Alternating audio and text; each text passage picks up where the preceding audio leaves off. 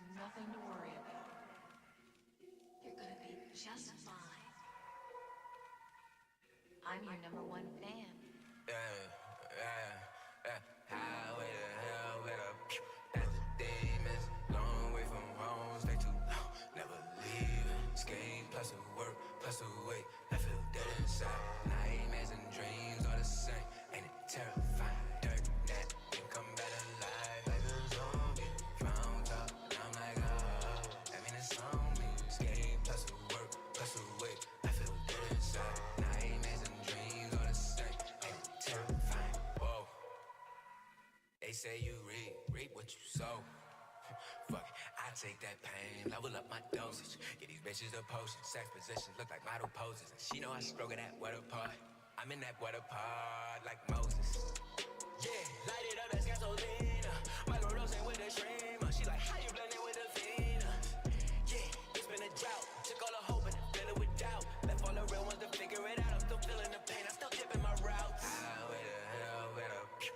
That's the demons. Long way from home, stay too long, never leaving. Scheme plus the work, plus the weight. I feel dead inside. Nightmares and dreams are the same. Ain't it terrifying? Dirt that can come back alive like a zombie. Found up, and I'm like, oh. I mean, it's on me. Scheme plus the work, plus the weight. I feel dead inside. Nightmares and dreams are the same. Ain't it terrifying? Lurking, peeping the scene, observing. I know the demons that be on the creep, and I know the leeches you leave on a leash. Swiftly, I do not take no chances, and you can't blame me under these circumstances. Fuck round, had to curve a bad bitch. Come here with all that Birkin baggage. I cut the box wide open, need a volunteer, let me work my magic. Small town girl, turn addict. Gotta get away, skirt the habit. But she gon' make a reason to reverse it backwards. I beat it up till it get the cream, then I fled the scene. Highway to hell with a pew. That's the demons. Long way from home, stay too long, never leaving. Scheme plus the work, plus the weight. I feel dead inside. Nightmares and dreams are the same. Ain't it terrifying? Dirt that can come back alive like a zombie.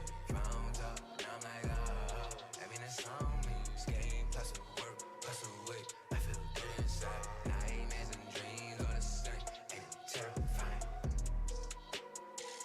She just goes a little mad sometimes. We all go a little mad sometimes.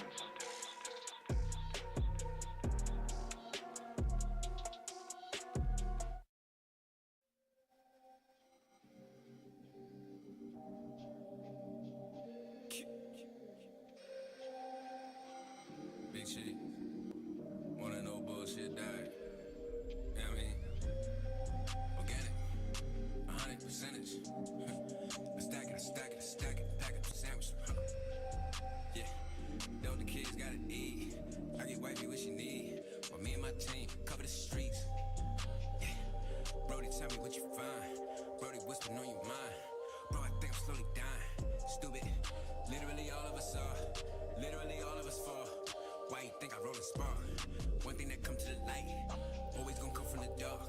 So when you see a nigga trying, I'm just trying not to go off. Hey yo, shout out all my so-calls. Biggest shout out all my road dogs. We almost there, nigga, hold on. Almost there, nigga, hold on. Almost there. 10 toes, TikTok, then I take my post. Then back to the mission of getting in and out, but still make the most. What? True religion. Get used to making split decisions. Cut dope, but I ain't switching. Try and get us in a higher position. But what's the price? I don't know where to go. And you never gave up, and you always gave love, but you know you alone. Good memories on time. You say it's good for some things. Something telling me to dig deep and find out the real me. Young king, stuck in the system, trapped in the program.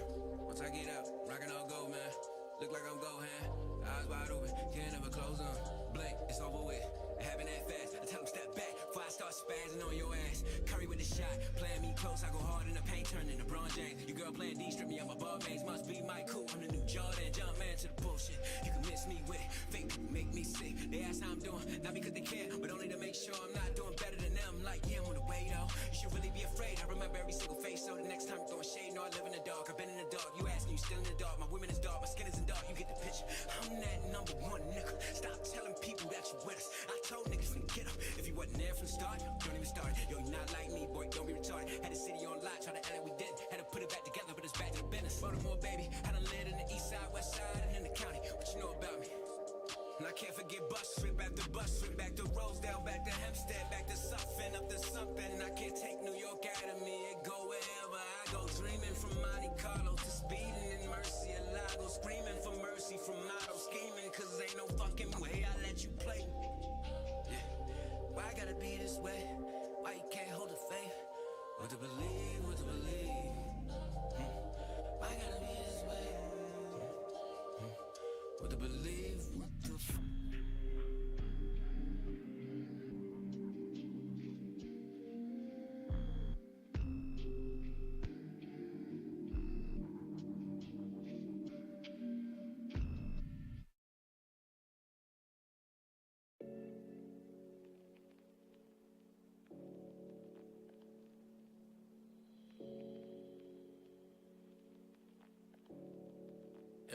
Yeah. Some people you meet are fake. Some people you know are fake. It's really real. It's really real. I'm gonna take a second real quick, you guys, because that music y'all are hearing is from my guest right here. So I hope you guys have been enjoying that as we got ready for you guys this week. Yes. Social media is dead, but that don't mean it's not alive and walking around. You heard it. You heard it. Go ahead and get that down right now because it is time to get live. Welcome to the podcast is real. I'm your host, King Drell. Yes, we can go ahead and get a round of applause for that because, you know, Straight Up Podcast, Season 3, as we continue to keep going strong. I'm sure you guys know at this point, my co-hosts are not here. You know what time they run on. They will be here. It's a running gag at this point on this podcast, but don't worry. They will be here, but in the meantime, it doesn't matter because even without my talented co-hosts, we got a whole lot of talent up here in the podcast this week because I don't see what you got on the screen right here. I mean, where do I even start with this person? Take your time. I'm just taking my time. Come on, let's see. We got musician, what? Voiceover, what? Director, what? Producer, what? Everything else in between. You have seen him in things like Hot 97, national commercials like McDonald's, Grubhub, and oh, by the way, I did say voiceover. You know, there's a big game going on right now that you might have actually heard his voice in, but we will get to that in a second. Because whether it is gaming, you know, he also loves that anime world too. Don't worry, we're going to put him on the hot seat. Multi-talented, as he will also let you guys know. Social media is dead, but is it really dead though? It might be alive. We'll let him explain that a little bit later. Album is available right now on all social media platforms. Yes, sir. You know how we do it this week on the realest podcast there is right now. The competition out there doesn't matter. Their plans are unfurled because we don't marvel at our rivals because it's us against the world. Give it up. Woo. That's against the world, Craig. Kameechi! Boy, you ain't even had to give me an intro like that. God, I feel good about myself. If I had a bad day, that shit fixed now. Thank you. I appreciate you, bro. I really do. I mean, I appreciate the time to get to talk because I never talked about what's going on in here through my career with a lot of people. You know, I just make moves off the radar type stuff. So I'm glad I'm gonna finally be able to geek out with you. You know what I'm saying? Yeah, it's gonna be fun. I'm trying to tell you. Geek out, you definitely will. So before we get started in the things we always ask, so how have you been doing? Like, how's things been going over there in your world? I mean, I can't complain. Every day I wake up, I put my suffering in a nice little compartment, and I get my motivation out the other compartment, and I just load up. You know, that's how I go about every day, and I try to, you know, do God's work any way I can every day. That takes me to the next day. Greatness, greatness, greatness. That's how that works. And the next day, and the next, and the next, and the next, and the next. You want it? You want it? That's it. Man, don't trust me, guys. We're going to get into a lot of cartoons a little bit later as well. As far as my stuff goes, I work. as people know that stick in here all the time, I'm a full-time DoorDash driver, 6 years running now. So, that's how I'm able to keep the flexibility for the things that I do in my spare time. So it absolutely has worked out. There's some other things going on, but we won't really get into that right now. I know that in just a few weeks next month, I got one thing coming up that I'm not allowed to talk about yet. They told me I can't talk about it, so I won't talk about it until they announce it first. Once they announce it, then I'll announce it. But one thing I can announce, because it's already been announced, and that is that I am a content creator at Anime NYC, an official content creator that's been posted. That's a bad mofo right there. Anime NYC coming up. I can't wait to go there and represent again at the con, at the after parties, just bringing the community together, because that's the part I love the most, is bringing the community together. Because, if we don't help bring each other up, who will? Who will? And I'll let y'all sit on that. That's the world, Craig. Because we're going to go ahead and get started. Normally, the thing that we start with on here is a cosplay showcase, but we don't have a cosplayer on this week, although I have seen him wear some cosplays. Once he gets a bigger portfolio of cosplays out there, we'll bring him back on and we'll definitely do a cosplay showcase. I'm going to show out. Watch. What? See, they were going to have me at DreamCon this year, but I didn't have enough tickets for the team, so I was just like, I ain't about to go by myself. But next year, you're going to see me. It's going to be an event. I'm going to tell you that right now. So he said, so it was one of those things where it's like, if I can't go with everybody, I'm not going. Yeah, I want that little special access pass. You know what I mean? I gotta put on a nice little show for the people. I can't do that without the certain access. But we gonna worry about that in 26. My God just came in the building. We can worry about that in 26, but I'm gonna give you a second real quick to go ahead and sit on that, because we got somebody else that just came in, you guys, and I'm about to get on that here in just a second. Just let me go ahead and pull him in. Y'all already know what it is, though. He's already propped up. Give this man a proper.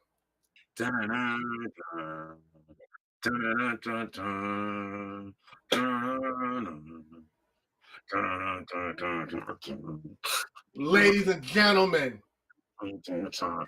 he is the man that I am proud to call my brother.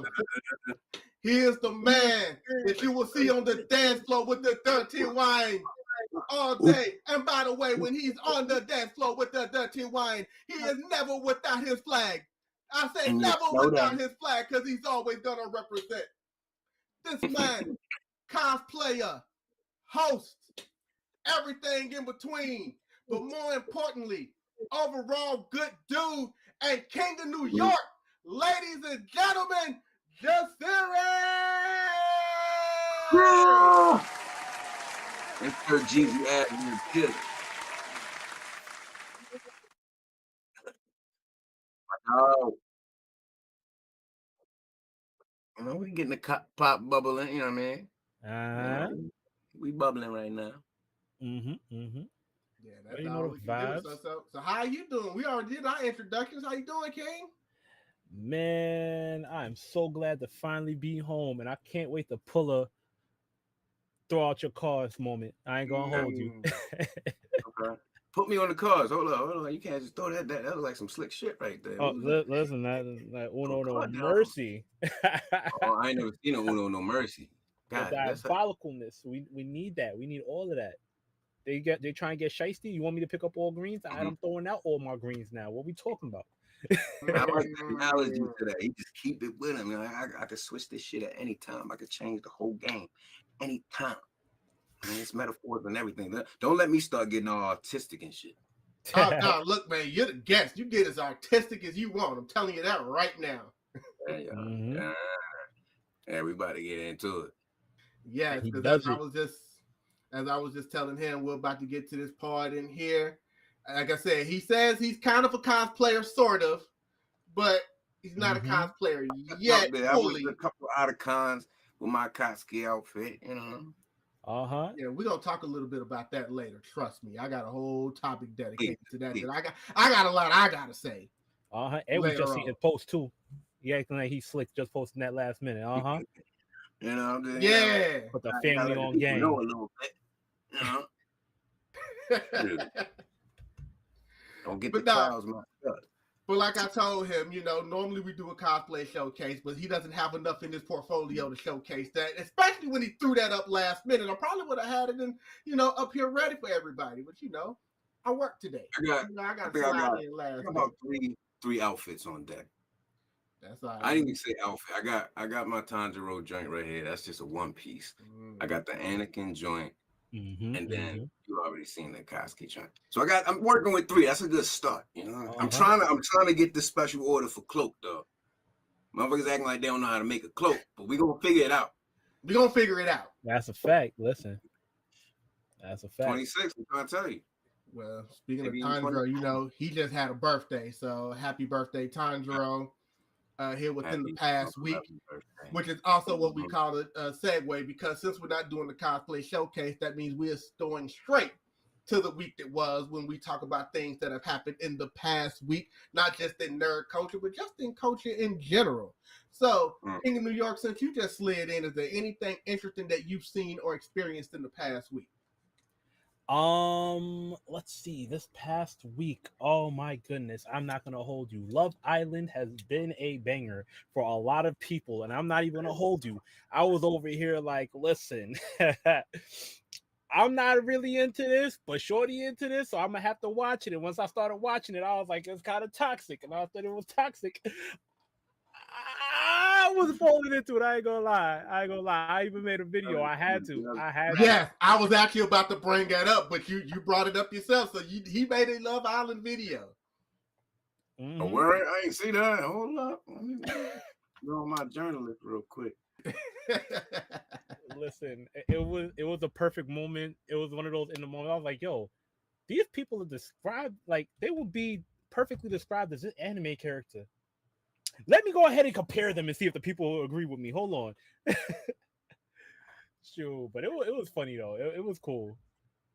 I felt like it was a lot of relatable, well, not relatable situations in there, but a lot of relatable characters. Facts. Yes, sir. Yes, sir. I will say this, and I can go ahead and get your thoughts on this, because obviously Love Island is something that's been going on for years. Yet it is just now blowing up for the world. You know why that is? Yeah, and we how many know why seasons that there? 7, 8. Damn. Yeah, I thought they been going just a while. It's just now reached the community. Yeah, and you know why? And I'm sorry to say this. Actually, I'm kind of happy. Baddies is over. Oh, wait, you can hear me? Baddies is over. Okay. Yep, Baddies got canceled. Zeus Network got canceled, and I'm like, I'm not even mad at it, because they took from some of my favorite creators. I ain't gonna lie, but that whole drama with King Bash and Daystorm and the other Viners that were originally a part of the creation of Zeus, the Zeus owner basically ran off with their money and tried to blame them. And hey, messy. Heavy See, I ain't gonna lie. I can't really indulge because I got a certain diet when I gotta watch stuff just for my director. I have to maintain a certain diet so I can have a certain product. But I will purposely eat snack food every now and then. Don't get me twisted. I will indulge. I'll eat some ice cream, some snacks, and all that ratchet shit. But ultimately, I mean, for y'all, I gotta do my homework, and homework requires me looking into some shit that's just out of my means. I like looking at shit out of my means because I don't know. I just got the willpower and imagination to just go ahead and do it. Just who the fuck is stopping me type shit. I get it. And Ghost 2 is a very loyal member of our crew here, of our fans. He's in the chat saying, I see I've missed a lot of Love Island lore. Yes, a lot of people have missed a lot of Love Island. By the way, also shout out to Shay232. We appreciate you dropping in for the podcast this week. The only thing I will say about Love Island getting all of this traction is that it seems like now people are having a problem with it, because I'm seeing so many, man, we should have gate kept this show comments all over the place. Like, now they don't like that it's no longer just this cult thing that everybody's been watching. They don't like the fact that it's everywhere. And the problem is, I swear, some of the people that are saying we should have gate kept this are probably some of the new people as well. I'm gonna call some of y'all out. Don't make me call some of y'all out. Nah, that's a fact, 1,000%, because it be the new people. I'm one of them. I will make fun of that shit in a heartbeat. It's terrible that I'm from New York because I have a comeback for everything. That's the special New York sauce. That's it. I mean, you know, Black people. See, I gotta watch a little more Love Island. My wife be watching it, but I tap into it a little bit, but then I just step off. But I ain't gonna lie, when she watching it, I catch myself like being stuck for a little bit, but I gotta get out the trance on purpose. I could stay there, don't get me wrong, but I eject on purpose. No, you know exactly why you eject. You cannot stay in that realm too long, and you're very smart for that because that realm will have you trip setting. It'll take you right back. You'd be trying to get out of it. You falling right back in the loop. You're gonna be like, "Oh, nah, I can't watch this no more." One more episode. Wonder why you wake up like, I just want to do ratchet things today. And that's why I stay away from reality TV altogether. I'm gonna be honest with you because it's just, I get it. Reality TV is supposed to be trash TV. You know, they're there to laugh at them, not laugh with them. And but you know, I got a lot of things going on. You know, shout out to the people that are on the Love Island train. Trust me, I see all your tweets. I see all your posts. I see all your comments because they're flooding my timeline. So I don't even need to watch Love Island. Y'all tell me what's happening every time I turn on my phone. I could probably have a whole 10-minute conversation with somebody that has never seen a single episode just because of my comment section. So Ace and Shelly, oh my goodness, what happened there? You know, I'm not even going to ruin it for the people that are still catching up because apparently a lot of people are. But I'm just going to say there's a lot of ratchet, a lot of kissing, and a lot of wholeness. But you know, it is what it is. It is. I'm gonna say the wildest shit this week. I was downtown. I was shooting this video on my way back. And you know, homeless people are always entertaining.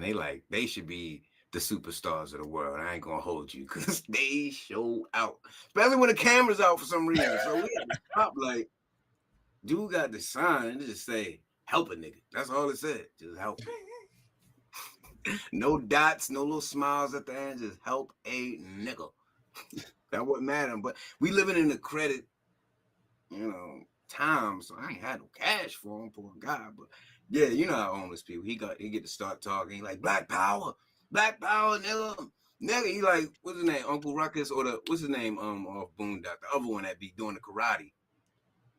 Oh, Steve House. Yeah, he was like, so he started saying that. We ain't got nothing for him, so he like, y'all niggas ain't niggas. Y'all niggas ain't niggas. So he started saying, white power. And then he switched over. And I'm gonna post this later. Y'all gonna see it. I got it on camera. He switch over and be like, yo, eat pussy. Whatever you do, eat pussy. I'm like, he's not wrong. Drive past the dude, and he still gave us a good day. He said, have a good day. And that's why I say, they the ultimate entertainers. My man gave me a greeting, he gave me a show, and then he sent me on my way with a farewell. You can't, come on now. They better stop sleeping on homeless people, yo.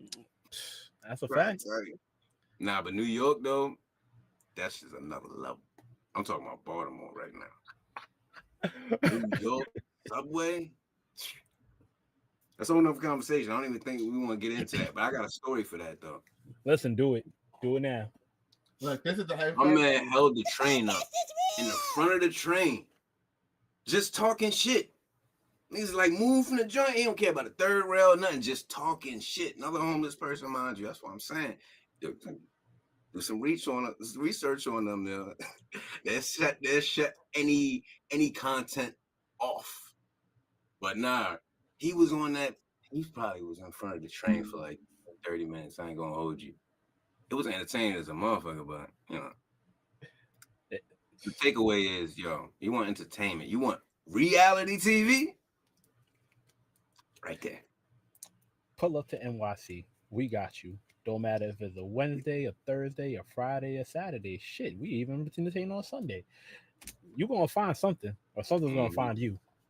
Whether You know it's why? a rat. You be scared of homeless people, but at the same time, because you know they be flipping on random people, but at the same time, them motherfuckers be knowing who to flip on. Because I walk past him, and motherfucker be right behind me. He'll pick on that motherfucker. I swear to goodness, yo, this shit is crazy. The lesson in that is, look, be out here with your best face on. Goddamn it, don't be out here slipping. All right, you will get picked on. And I protect my nerd community. All right.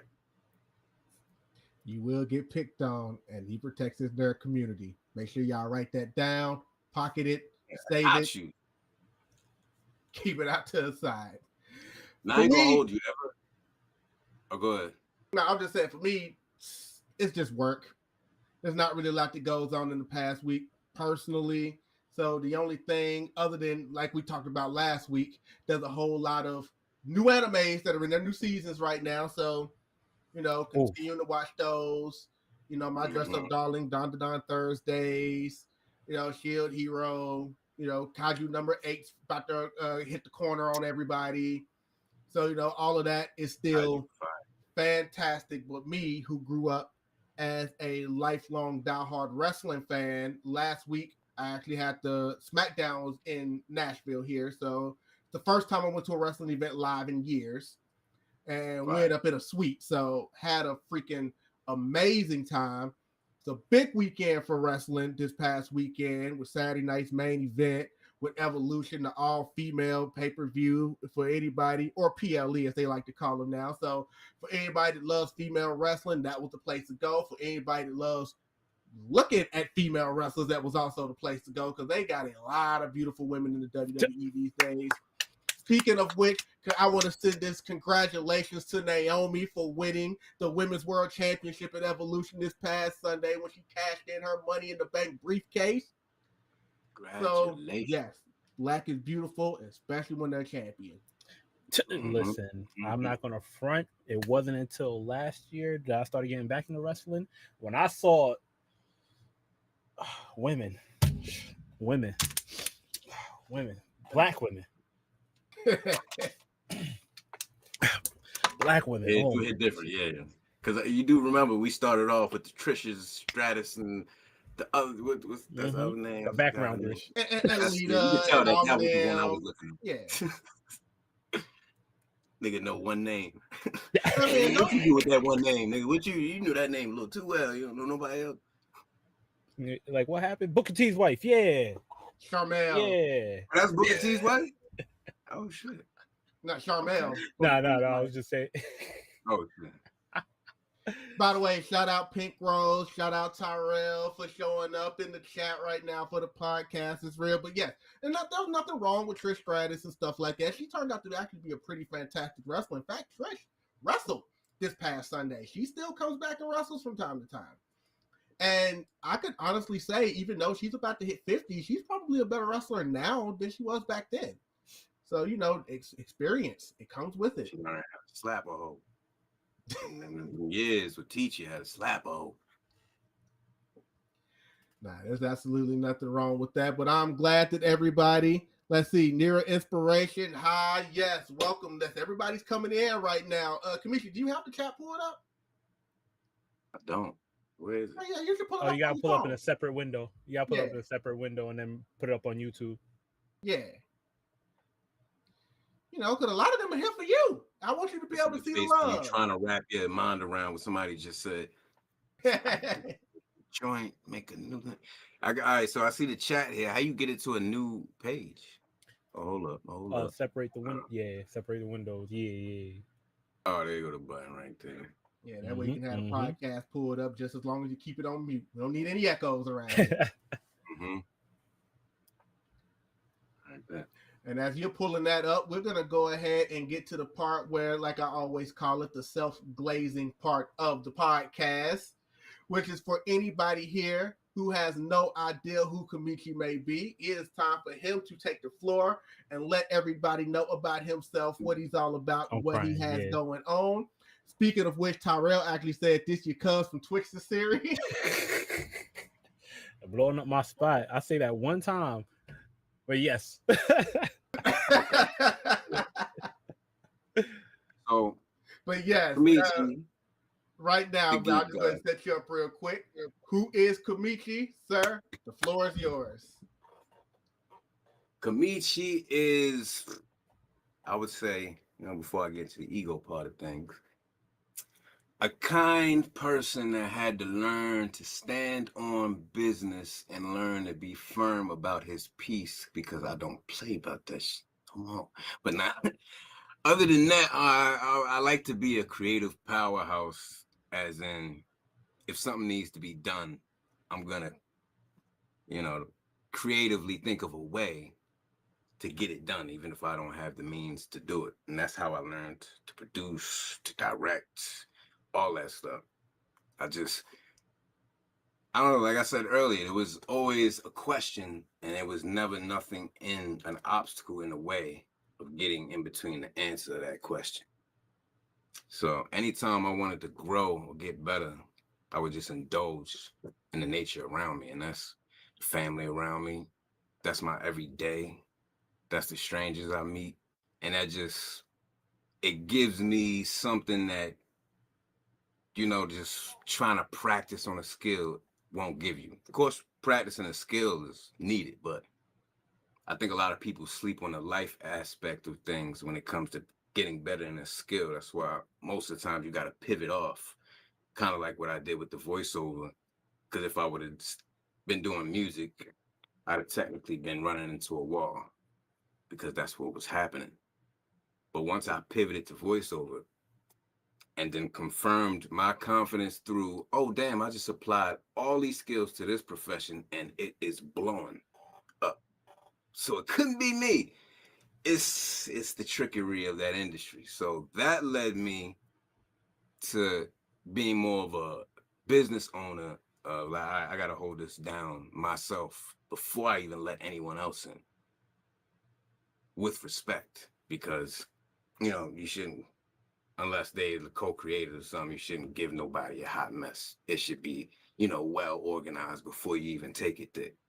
So all of this stuff is just my self-growth system, which makes me the person and the man that I am right now.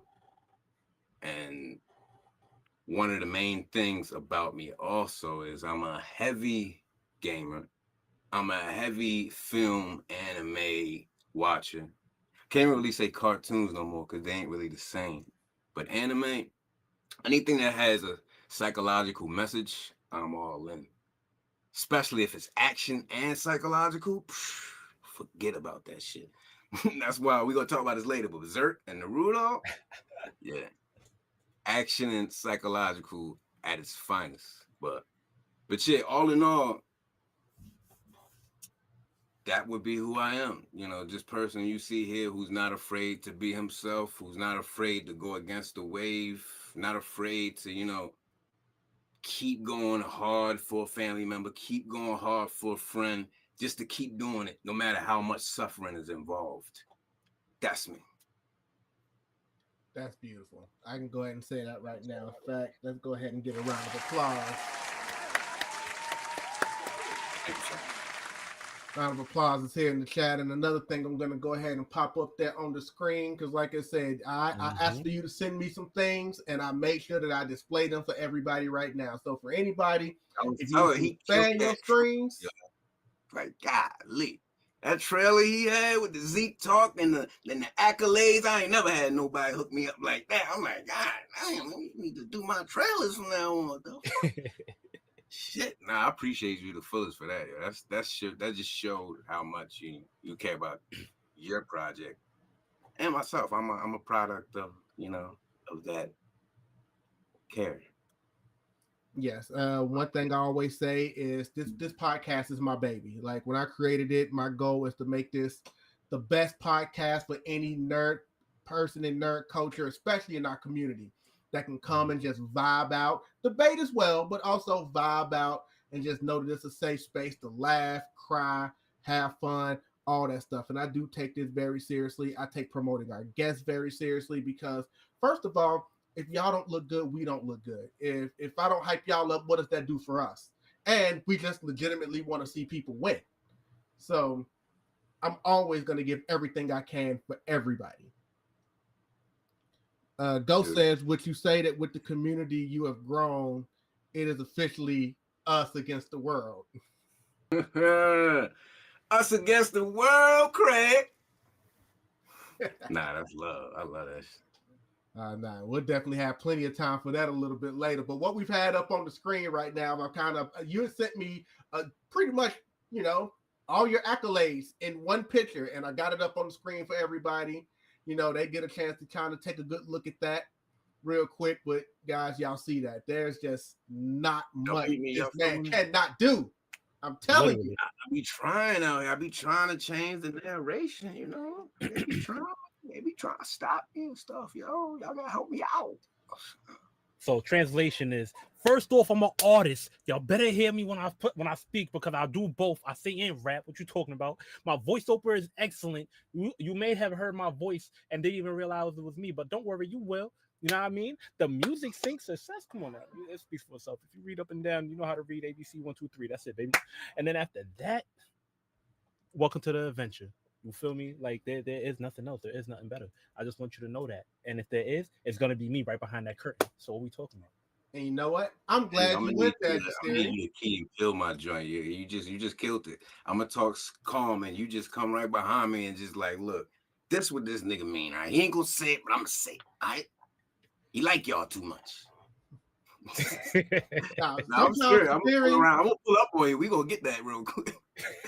Sometimes you do my job for me, because that was actually my segue. Because now that we've got a broad description of everything that he does, it's time to break some of this stuff down a little at a time. And you talked about singer and rapper. That's why I put musician, because that covers everything.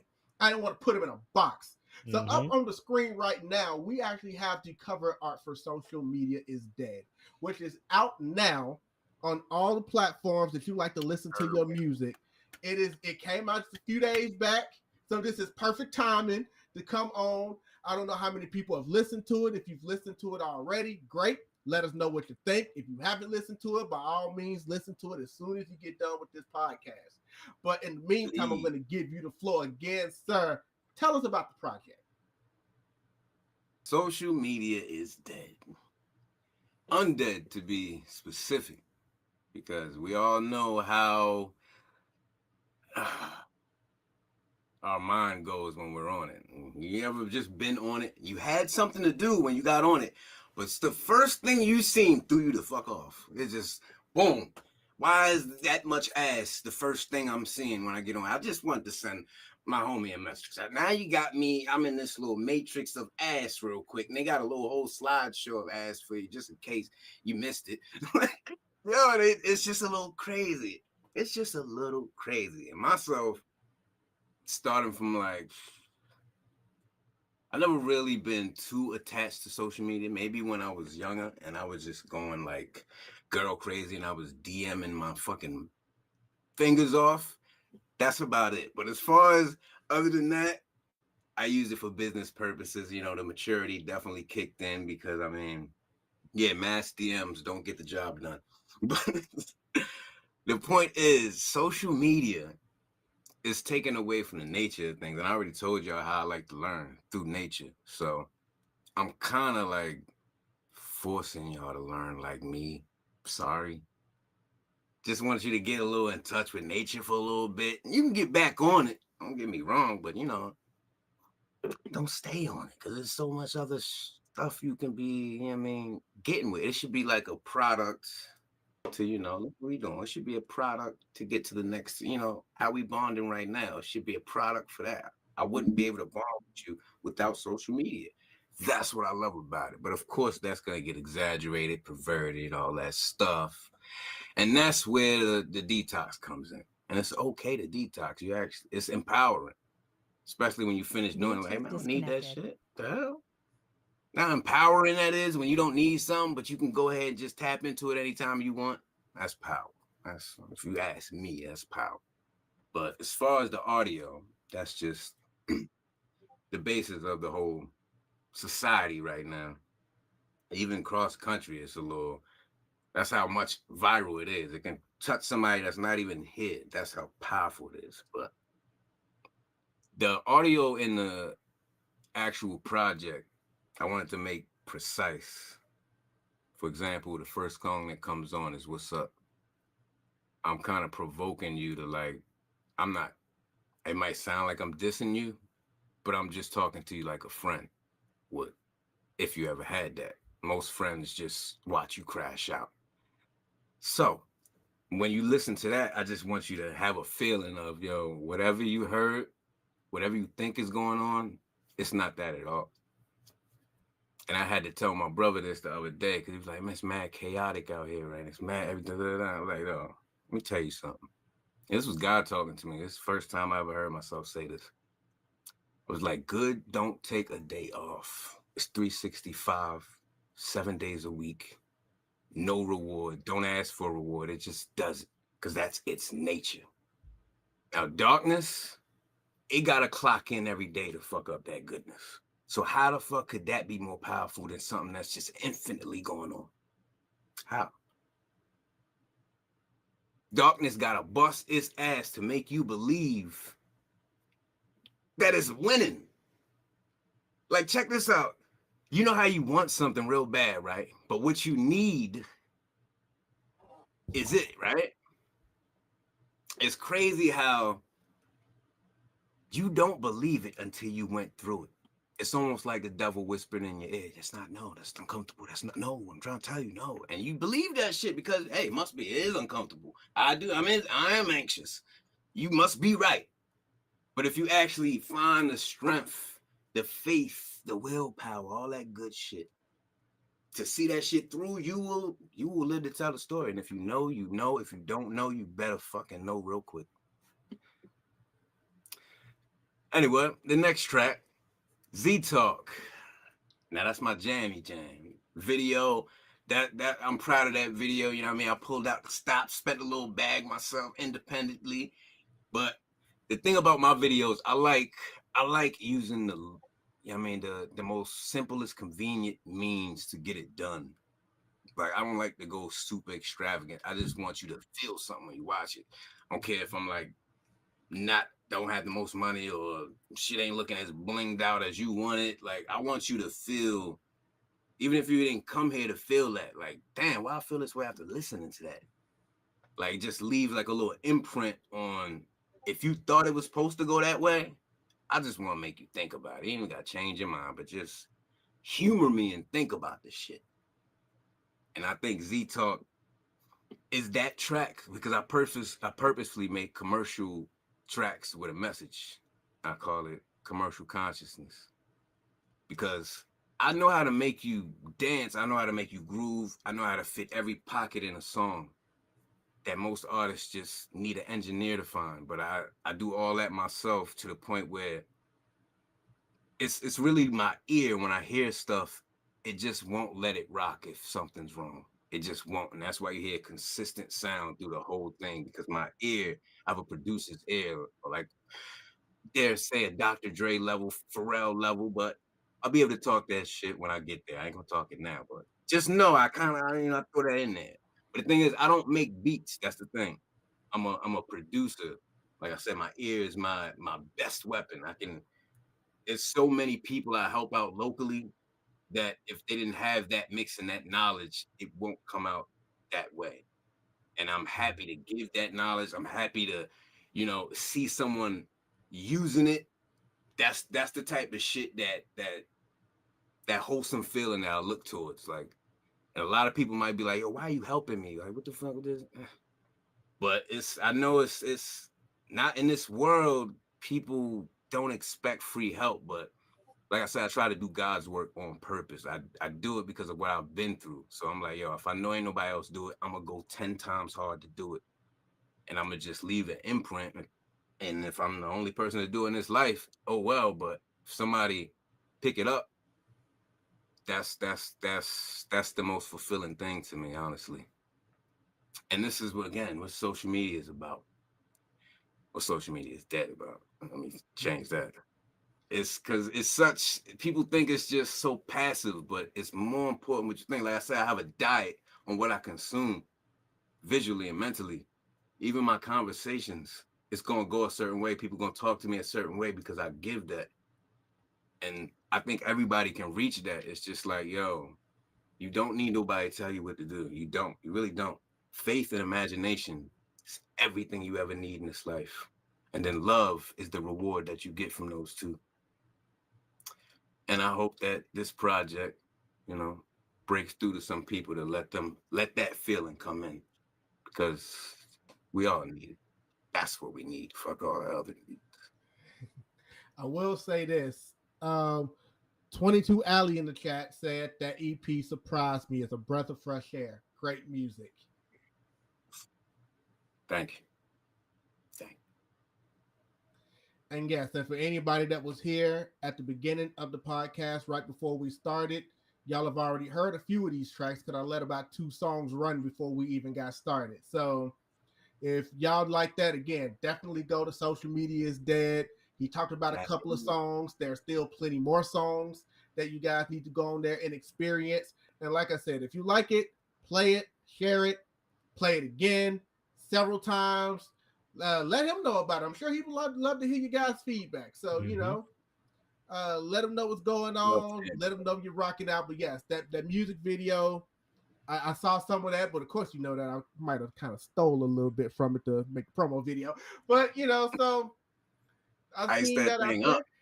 I actually got a video dropping this Sunday that's going to be a little bit on the funny side. It's going to be nice. I'm getting real characteristic, you know? And from here on, I'm about to give y'all a lot of characters, because I don't know if y'all ever seen the show Dave, but just look forward to, I'm getting me one of those. And y'all going to see my whole story through that. And if you like Dave, you going to fuck with me. No, take away nothing from Lil Dicky, but he funny as shit. That's my guy. But I'm trying to tell you, I'm gonna give a story that's needed to this whole world. It's bigger than music, honestly. So Sunday, guys, let you know, y'all are gonna be looking out for that. And as they're talking to each other, I'm glad that the community's talking to each other out there in the chat. But it is good that you said that, because we know one of the things that a lot of people might not have known, they know the voice, they may not have always known the face, but there is a very, very popular video game going on right now that I guess we can go ahead and dive into. No big deal, just something called Marvel Rivals. And for anybody that may not have known, you definitely knew in our promos, and you definitely know it now, that Mr. Kameechi, our king here in the chat, is the voice of Cloak, as a part of the Cloak and Dagger duo in Marvel Rivals. And it seems like I say the word Marvel Rivals and somebody else pops up in the chat. So you know what? Before you talk to us about Cloak a little bit, I got somebody else that I gotta add in, because this is just what's going on here. Let's get it.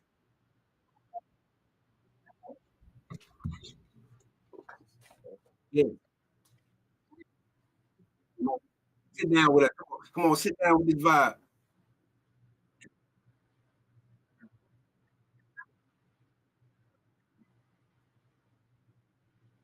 Not the comfortable leg, bro. I don't even need to do an introduction for him, because he's back there on the seat. Ladies and gentlemen, you probably hear him already.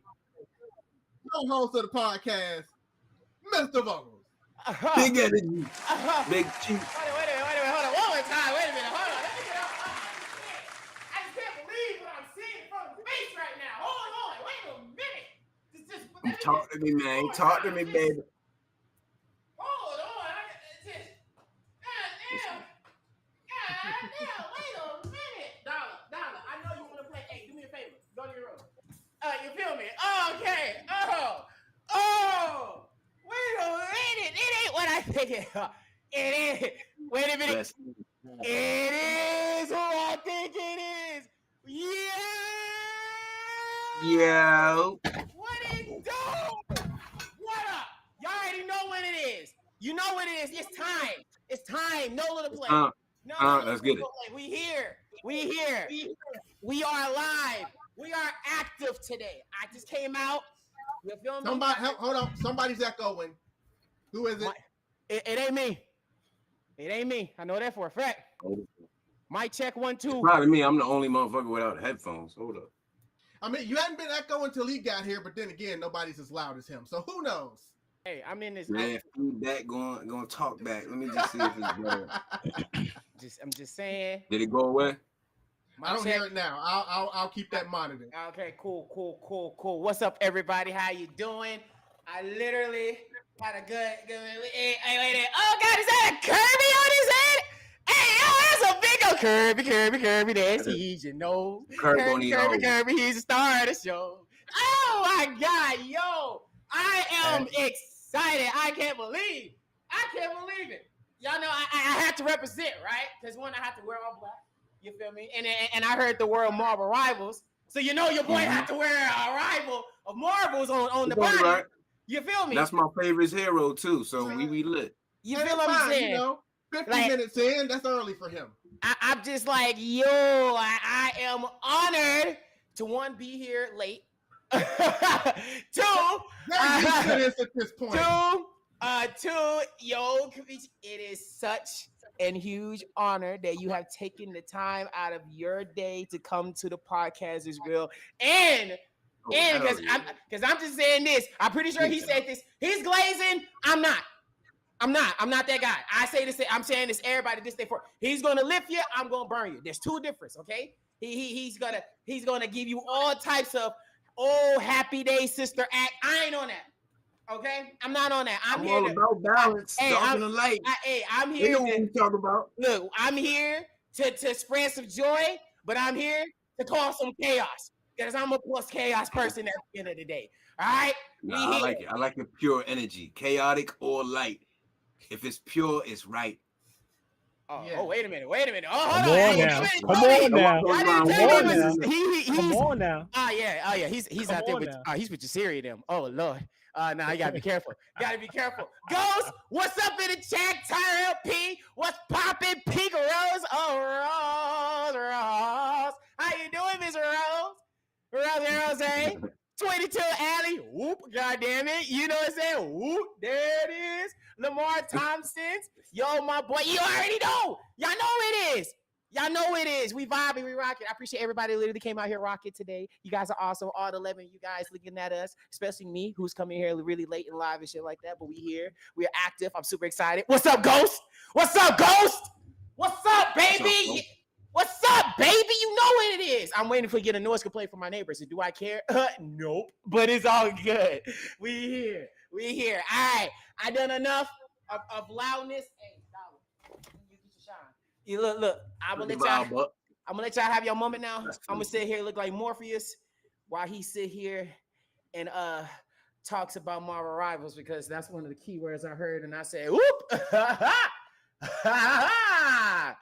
We here, so let's get active. Yeah, baby. Yeah. Okay. Yeah, I like that voice acting right there. Yeah. So before the co-host came in and had actually re-hyped himself up right when we were getting ready to talk about Marvel Rivals, we've already done most of the self-glazing of the podcast so far, but it doesn't matter anyway because I can't have him talk about Marvel Rivals yet because our other co-host, the King of New York, just sat down and as usual, he's got something in his hand. So we gotta do something real quick on this podcast that we like to call What is the Siri Meeting? I like me some food. What you got going?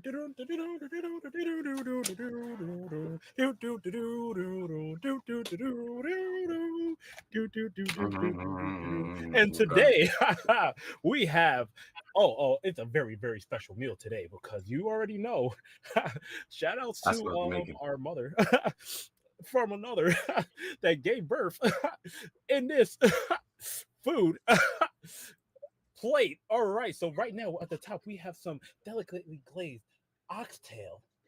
And we don't say oxes, we don't say oxtail, we say oxtail with some rasta pasta underneath there looking all juicy and matchly. And first off, if it doesn't mix around and sound like there's a macaroni and cheese pasta around, it ain't good, baby. It's not good. But right there, and also on top of that, Because we're going for the healthy gains. We have shrimp in here somewhere down there, but this is smells delectable. And this is today. What is Jasiri eating? I know I smell Jamaican, yo, right off rip. Yeah, man. Yes, that is what is Jasiri eating. We will get him a sponsor one of these days. So guys, don't worry about it. It is coming. So I guess now, at this point, I guess it's a real big build-up that we've had these things jump in ahead of time. But we are here now, and now officially, like we said, there is a game out there that people know, no big deal. Marvel Rivals, part of the Cloak and Dagger duo. I think y'all can only get one guess on which one he actually voices. Come on now.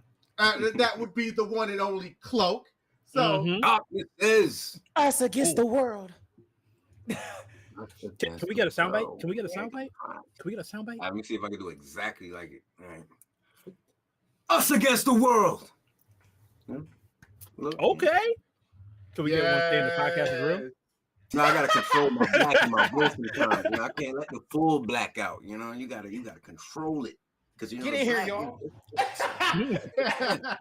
hey, I'm telling you, I could go band for band with the Cloak, with the voice line of Cloak all day. Even though we got the voice actor, I could go band for band right now. I ain't gonna lie, that did sound like me. I kind of look like. See, look, yeah, look, I be on that. Get in here, y'all. Look, yeah, okay. Yeah, absolutely. What he say? The Moon Knight. He said some shit. Nah, we good. I forgot what I said. We good over here. They got a lot of interactions. Jamaican or African food. How dare you come over here, Sade? Sade, how dare you? One job on, man. Jamaican food and African food. How dare you? Come on, no. You don't know the things. I ask still. I big up Jamaica. Big up Jamaican food. I say, you don't know.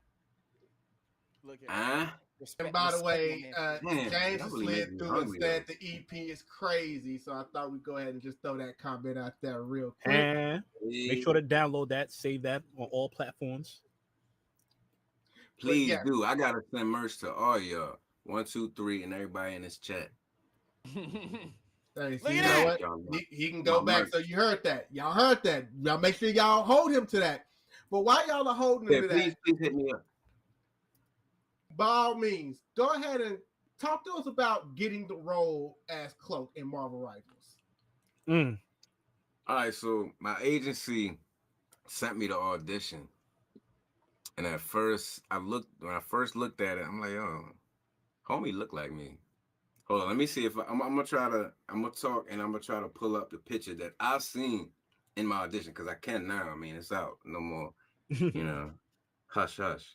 Ain't gotta be quiet about it no more. When I first seen it, I'm like, hold up, yo look like me. And then I seen the lines, and I love when I can be like, I can let my blackness out and in roles. I love it. But yeah, I seen it. I'm like, oh shit, because the name, it don't say Marvel or nothing. It's like a code name. So I didn't know what it was at first. But I seen the joint. I had to like put it together. I'm like, hold up, this is somebody from Marvel. Because I had to read the dialogue. They don't tell you nothing. And I ain't mad at them because, exclusivity is everything. So I get it. The first time I do it, and mind you, I wouldn't have got it if I didn't upgrade my equipment.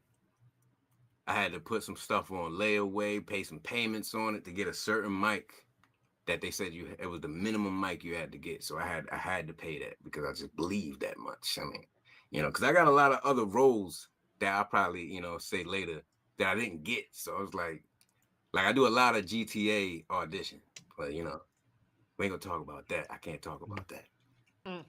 But just know that we're gonna have something to talk about later next year. We can talk about one GTA thing, but we'll get to folks, man, stand up. I'm standing on business. Lord. Yeah, let's just say everybody looking forward to it to come out. Let's just say that. So let me see if I got the picture now. Here we go. Let me see if y'all see this. You see, yo? Oh, yeah. Like, look at this dashing little motherfucker. Okay, look like me when I was young. Like 14, 15 or something. So like a young I get it.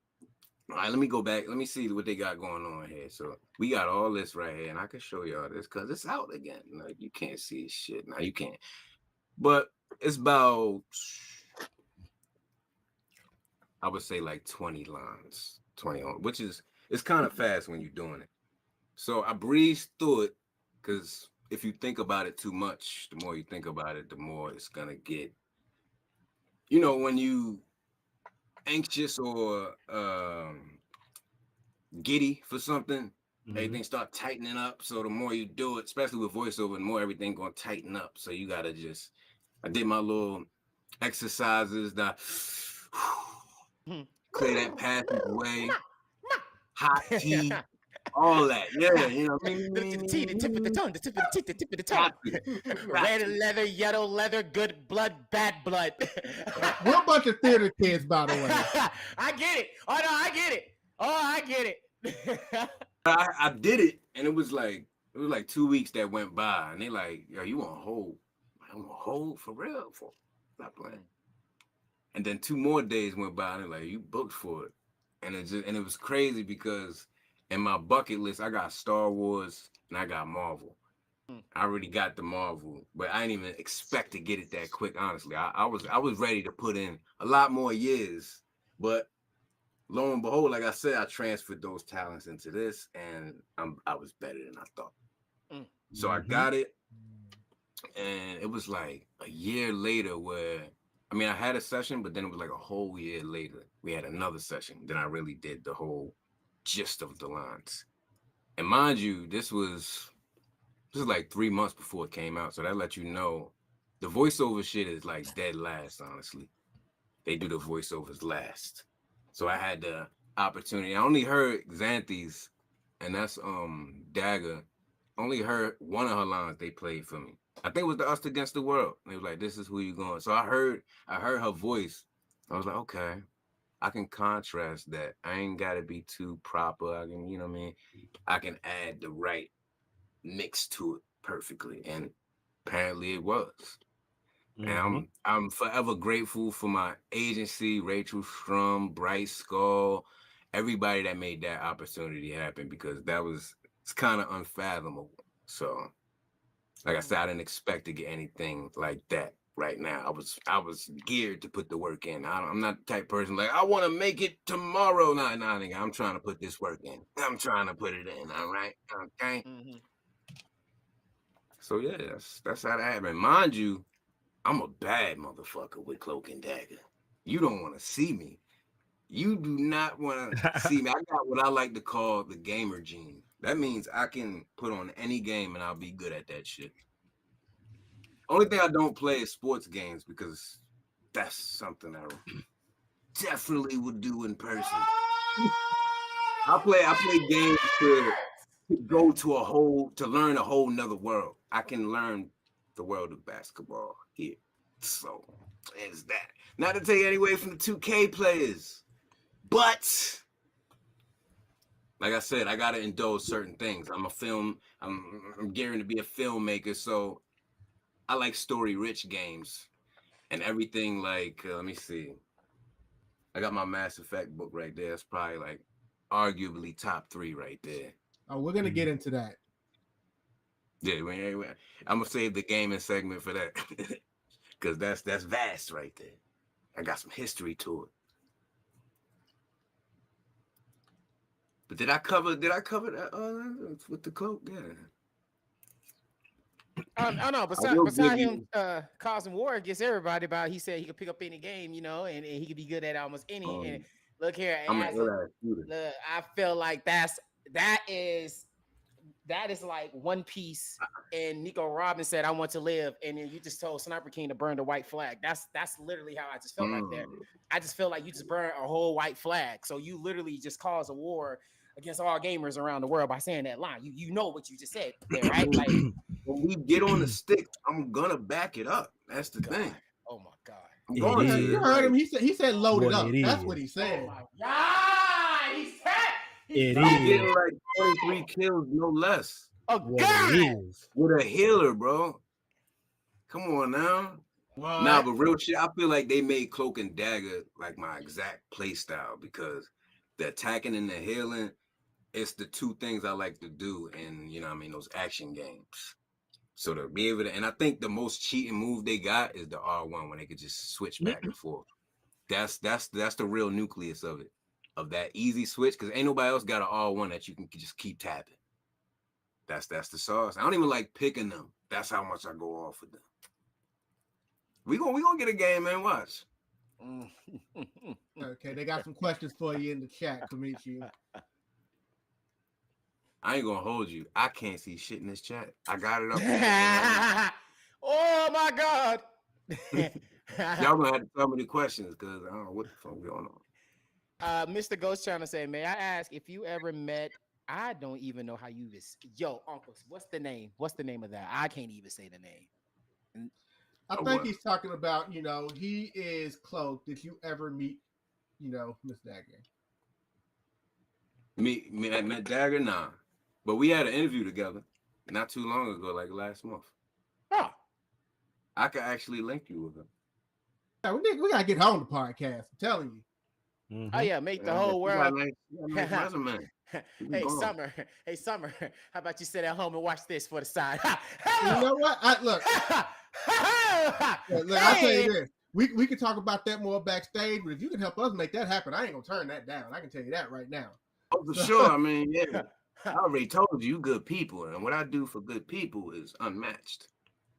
Okay. Well, you kind of already went into a little bit what I was gonna ask you next, and that was you actually playing Marvel Rivals yourself, how good you are, but apparently you're a god, so all right. See, now it's getting too high now. Shit, I haven't set myself up. You done dropped the God bomb. Now I really got to be on God tier. Shit. I'm standing on business. Sorry, it's all right. It's all right. It's all good. It's all I say. All I gotta say is if your character, all I ask is, hey, I just hope you allure. You know what I'm saying? I hope you allure as your character in the game. You feel what I'm saying? Like you made it to the end of the level up list with your character. Like you got a crown with the red KO, the MVP pose. Yeah, I mean, like, you feel me? I hope you made it to the end of the rainbow. Video, bro. That's hey, what look, I gotta do. Margin in the chat's telling you, Jasiri, that you smashing that plate and that they need to make an order. I'm telling you, we got to get you a sponsor for what is Jasiri eating. We got to make that happen because you are making other people hungry, and that is the point. I'm telling you, that's creamy shrimp with the oxtail. Creamy marinade? Oh my God. Yeah. They did that right. But yeah, I ain't gonna lie, you're gonna have to do it to everybody. I ain't gonna lie to you. You're just gonna have to do it. Yeah. So, Kameechi, I'm gonna go ahead and ask. So, other than Cloak and Dagger, who else do you play with in Marvel Rivals? That's a good ass question. That's a really my good secondary question. Punisher for Halo 2, obvious. Then my third in command, we got Star-Lord. Then fourth, we got Penny Parker. But really, I'm still spinning around the block to, see who I'm gonna really land on. It's giving PS5. You're giving PS5. You're giving Are you PS5? You peep? Yeah. Just relax. That's not what I'm saying. What I'm saying is the characters. It's the characters that you pick. That's why I said that. Okay. I will say that. That's good deduction. Evie, we do have a segment on that already. It's called "What Is Jasiri Eating?" We do it every week. But anyway, continue. Nah, that's all I said. Because when he was saying all the characters and stuff like that, I said, oh no. And I heard the penny. I said, oh no, that's controller warrior right there. Like I know what's up when I hear those type of characters. All those characters have his skins. Every last one of them. Every last. I ain't gonna lie. I got a specific playlist. By the way, sir. I was able to monitor this for a while, but the echo is coming from you. Sometimes when you touch your microphone to come out, sometimes it starts echoing and then sometimes it'll just stop. So I just want to put that out there real quick. But Kameechi, because we have a bunch of other Marvel Rival fans. So I just want to go ahead and cause a little chaos real quick. Oh, don't you? Okay, let me shut up. And I just want to ask one simple question. What are your thoughts on Captain America? I fucking do it. I actually used him a couple times, and he's solid. He's good all around. I ain't gonna lie. Now, who I hate get my ass whooped by is Spider-Man. Give me Because it be Namor. like some ass Spider-Man players and then be the GOAT Spider-Man players. I don't even know where the different lies, but the GOAT Spider-Man players, I don't know. They kind of my kryptonite. I shouldn't have said it, but I said it. Well, They're I'm taking saying, notes. well, They're taking notes. I'm gonna say this right now. Y'all are nerfed. All you Spider-Man players are nerfed. Hey, That uppercut kinda ain't happy right, about you know yo. that. what's I crazy? ain't gonna lie to Come up you. with that damn You thought uppercut. hey, all you players out there think you Spider-Mans? Guess who I'm gonna get? Namor. I'm gonna hit you with tentacles all day. I've Hey, never seen them yo. more show out. I ain't gonna lie. Namor is I'm telling you, every Spider-Man character will tell you this, even in the ranked games. If you see a Namor, oh, you're gonna get effed. You're effed up. And plus, when you got the Hulk combination with the gamma boost with the tentacles, automatically auto aim laser 3, Spider-Man I ain't just gonna in the lie. background. You're Who I not you're keep cooked. getting the most MVP is Moon Knight. That motherfucker get hella MVPs. That's I don't know what the fuck it is. I never played at him, but something up. Well, I might have to tap in. I ain't gonna lie. If it's a technique that all the Moon Knight players use, if you're type of this is what I say. Moon Knight is a boomerang character, right? So if all you characters is like literally standing and together in one group, it's just gonna ricochet all night. And if you threw a boomerang in the middle with this scythe, you put an extra damage in automatic. So you're basically getting an ultimate charge every single second. So it's like it's a big F you now. But I say right now in this generation of Marvel Rivals, the character who's busted is number 1, Squirrel Girl for sure. Squirrel Girl, absolutely nuts. Yeah. Busted, and they just gave her a team up of automatic auto aim with the damn Iron Man. No. It's dumb. Storm with the Jeff team up. Dummy. And what was and the newest character with this combo, Wolverine and the Phoenix. Phoenix and the Wolverine, those team up combo, I ain't gonna hold you. It's toxic. They're legit the definition of getting banned every single ranked game. Did they drop Blade yet? With the new Blade is coming in 3.5. He will be coming down later on down the road. But right now we just gonna get you're nothing. That's happening in the Blade. See, my biggest issue is this is because if y'all don't know is I love playing dive champions and stuff like that. And Blade has the definition of a shotgun with the blade, but with Blade, literally named Blade, right? My only issue is, and my uncle knows about this because I'm a big guy when it comes to dive and stuff. Lifesteal, right? And they are now starting to add lifesteal to the game and stuff. But when it comes with Blade has a lifesteal, but at the same time, is going to be they're going to make it more challenging for you to play because you're not getting a lifesteal with another heal added on top of it. It's basically counterizing, like you're not going to be able to get heals while you're having lifesteal at the same time. They're basically canceling that because it's too much. It's too much to get a lifesteal and somebody healing you at the same time. You're basically you're damn near unkillable, like Mr. Fantastic said in Nerf his ass. So Blade is going to be something I'm looking for. But I think he's going to be that character that everybody is going to overhype and probably stay as Wolverine more. That's just how I see it. I do not like Ultron. That is not my play style. Ultron? I fuck with Ultron though. Before they nerf him. But I fuck with Ultron. I don't know.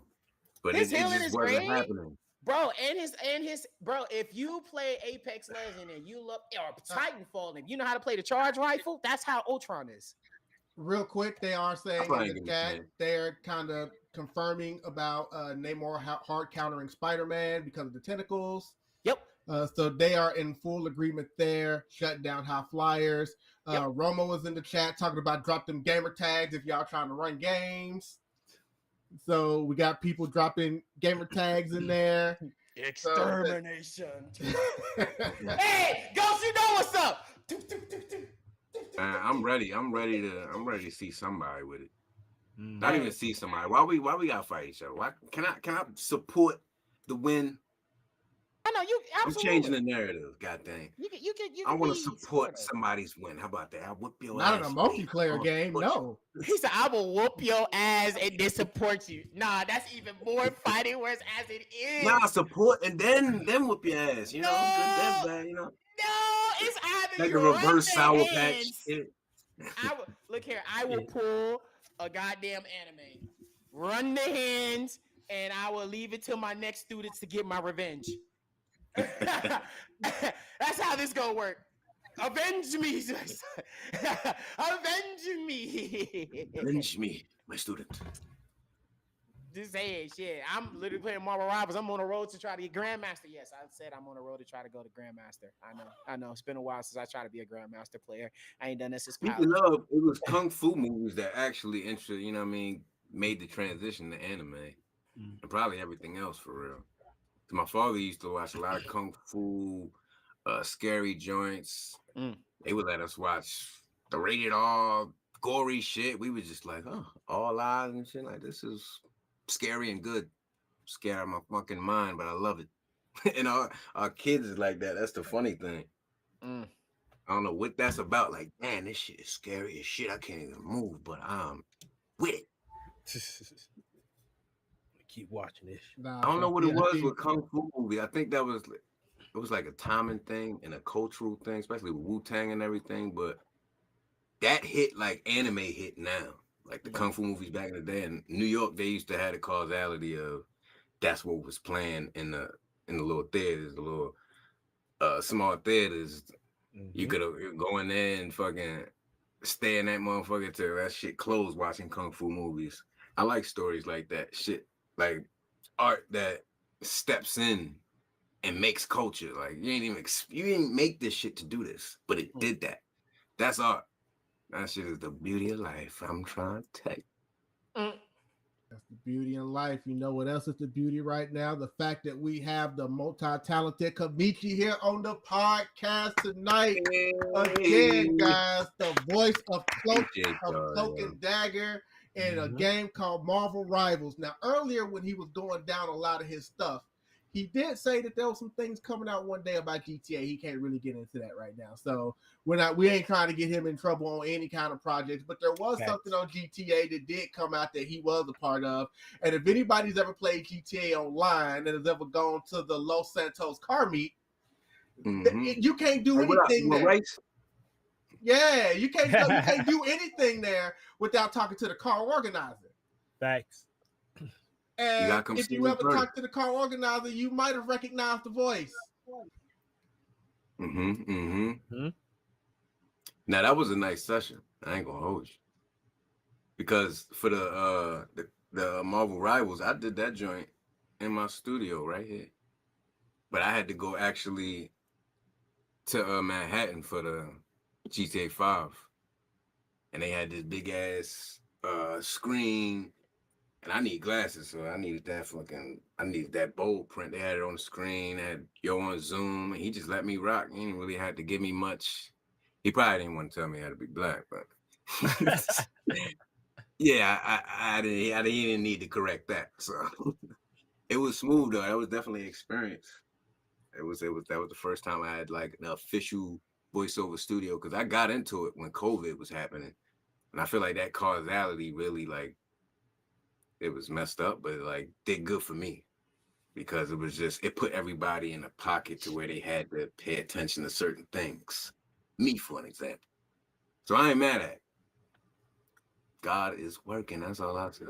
Look, anytime you can be part of one of the top franchises in the world, in like the history of video games, that is always going to be great. And with anything when it comes, because first GTA 5 has been out for a decade.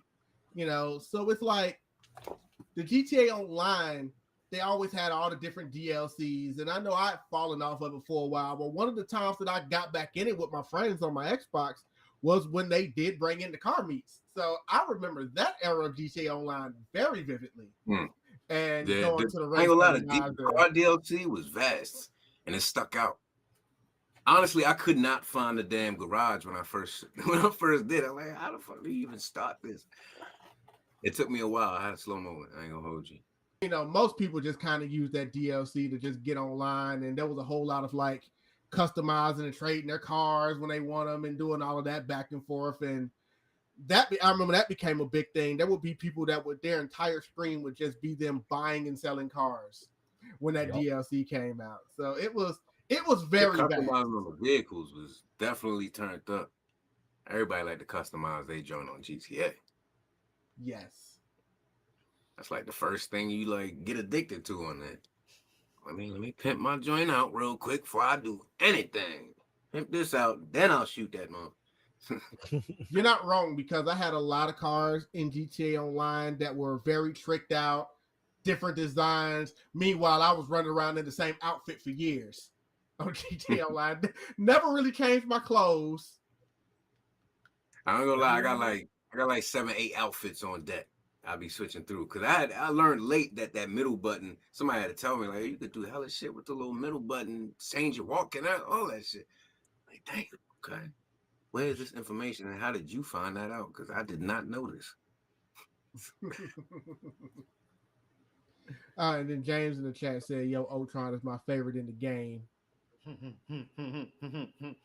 gonna have to see how you work that. Cause I'll take an ass whooping. That's the thing about me. I'll talk shit, but then I'll give you your flowers if you whoop my ass. I actually I'm like a villain. Like, yes, beat me. I'm looking for that fight, please. I want you to win so I can get better, please. I know we all here victim to taking it down a notch so somebody can keep playing. Just like let me take it easy on Mortal Kombat, because this motherfucker, I can see the tears welling up. Let me take it a little easy. No, see, I was with you till you said Mortal Kombat. No. No. Well, I mean, nowadays I don't really play it now, but those close competitive joints, the 1 and 2 type joints, that's where that kind of bond happens, when you like really beating somebody the fuck down and you look over and it ain't how it started. Let me tell you something. It's like, oh, I think this nigga about to hit me. Oh, shit.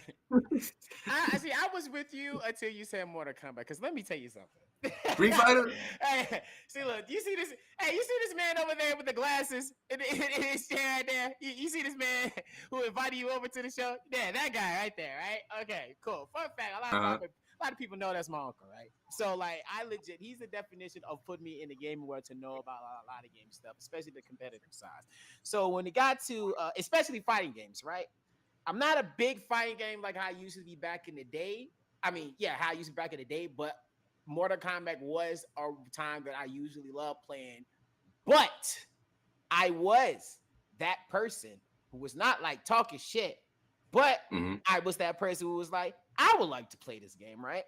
So I play, I play Mortal Kombat. I believe this is what Mortal Kombat Deception that was going on around this time. This is what Xbox was a thing, and it was super fun, right? Everybody was just going crazy. So you feel me? I'm over here. I got my character. I forgot what character I had, but I know what character I got my ass whooped by, and it was a goddamn Melina. I tell you what. So I'm over here like sitting down. I'm ready to go. You feel me? I'm like, hey, I'm gonna go ahead. I'm gonna play against my uncle because he's like, have you played Mortal Kombat before? I was like, yeah, I play. I've got it at home. Remember? He was like, you do play this game, don't you? I was like, yeah. He said, how well are you? I was like, yeah, I'm cool. He was like, oh, you cool. He was, but then I said this, so I think it kind of triggered him just a little bit. I was like, hey, I ain't gonna lie though, I do feel a little good. I feel like I said, I feel like I can handle you. He looked at me, he said, oh. Okay. Pick a character. I bullshit you not. I didn't get one hit. I didn't get a combo. Hey, if you a big fighting game, exactly look here. If you a big fighting game, and once you get that corner, you ain't leaving that corner. You're stuck in that corner. I mean, this is man just hooking hits me up. This switch to a whole nother weapon. Again, it's enough. I stopped. See, I'm not there with it. I put the controller down and I looked at him. And he's looking at me. I bullshit you not. He's looking at me with the controller in his hand and looking at me. Not even looking at the screen no more. Just know what's going on and just look at me directly. He's beating the dog shit out of me. And he was like, "Oh, so this is what you brought to the table." Okay. and then looks at it and just. Damn. And the bad thing about it is he didn't say a word. He didn't say a word. That's the thing. He didn't say word when he was whooping my ass. He didn't say a word. He just looked at me. He hit me with the shadow of the hedgehog. Your Commanded his weakness brain disgusts me. That's to what he your hits me humble. with. Like, bro, he beat the dog shit out of me. That it was crazy. Damn. I swear. Until Demon Slayer, and I got my revenge. But that's another story. That's another story. Yo, I ain't gonna lie, that's my favorite fighting style. The Naruto and Demon Slayer. That arena. I think they got the best little fighting setup. It's mad fluid. I have fun playing Demon Slayer. I had my time with the Hino Kamikaze around the time. I will The say, only thing about the anime games is the first one is always not up to par. I don't know why, but the first one ain't never hit. It's like the second or the third. The third one usually hit for some reason with all the franchises. I don't know. I'm only gonna add in one quick thing, and then we can kind of move on. The part he left out was the part that my brother was getting on me for being too hard on him in the fighting game. And then really got on me because he's really young at this time. And then really got on me that I didn't just beat him with grace. I also had to do the fatality. Mm-hmm. And my brother's like, he's young. You didn't have to go that hard. And my response was, it's the only way he's gonna learn. Classic man shit. I swear to God, but when we got to that Demon Slayer booth, I had that flashback, boy. I tasted it. I wanted it. I needed That's it. why I like that I arena wanted it. I was style. hungry. You can't really cheat with those games. They really be like a good ass one-on-one, and that shit be kind of cinematic, low key. The part he leaves out is that he plays Demon Slayer, and I sat down never having played the game before in my life. Mm-hmm. And he said, I get it. You don't know this game.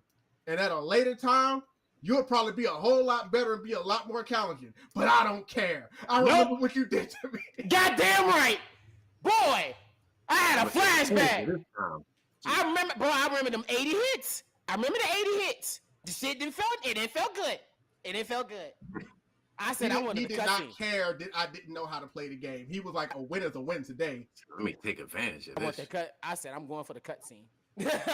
I'm going for the cutscene. Like how Tegan was, well, we're going for the win. That's how I was. We're going for the win. But I loved it though. I enjoyed it. I enjoyed my revenge, but I do enjoy the butt whooping because at the same time it still was an experience that I had to after that butt whooping. I was the best in a lot of the community. Like I was the Sasuke community. I had a lot of people who liked me, but they at the same time they kind of hate me. I'm also the same way. That's the reason that lesson was there, because whenever I would play people, especially in like fighting games and stuff like that, it would be a situation where if I'm playing somebody and I know they're good and they try to hit me with the, you know what, I ain't even going to pick my best character for you. I'm like, no, get your best character. Because I don't even care if I'm going to get whooped. Get your best character and let's run these hands. Because that's the only way I'm going to learn, is to see how you fight, assess what I'm doing wrong, and see if I can figure out how to combat that. It's going to make me a better player in the long run. I'll be on Elden Ring time. I ain't going to lie. Like, if you beat me, like, yo, we about to be fighting for a minute until I get up to par. That's what's about to happen. We're going to have us a real fight in this month. Speaking of which, the Demon Slayer fighting game, I believe they are actually coming out with a sequel. So we'll see. We'll see what that's like. We'll see what I'm telling you, watch. It's definitely gonna be better because they sleep on anime games every time. And like, yo, people want this. Why are you not giving it the proper? I mean, Hunter x Hunter literally was released, and everybody hates that right now. Which one? The Hunter x Hunter released their fighting game today. It's a Marvel versus Capcom fighting style, and there's a lot of hate on it right now as we speak. And it's that went over my head. That's the point, because it's not a big company that's like pushing it. It's a small company. Yo, did y'all see? It's a fighting game, but it ain't really come out. The show didn't come out in America. It's called Hitori no something. It's Kung Fu, and the fighting on that motherfucker look crazy. I just seen it online here and there. I was like, it's on par with the Demon Slayer type, but like mixing like the Mortal Kombat with that at the same time. I don't know. It looked like it got potential. It doesn't really matter anymore because I have officially put down my fighting game controller. I used to love fighting games, especially when it comes to like DOA, because I tell people to run them hands all day long. But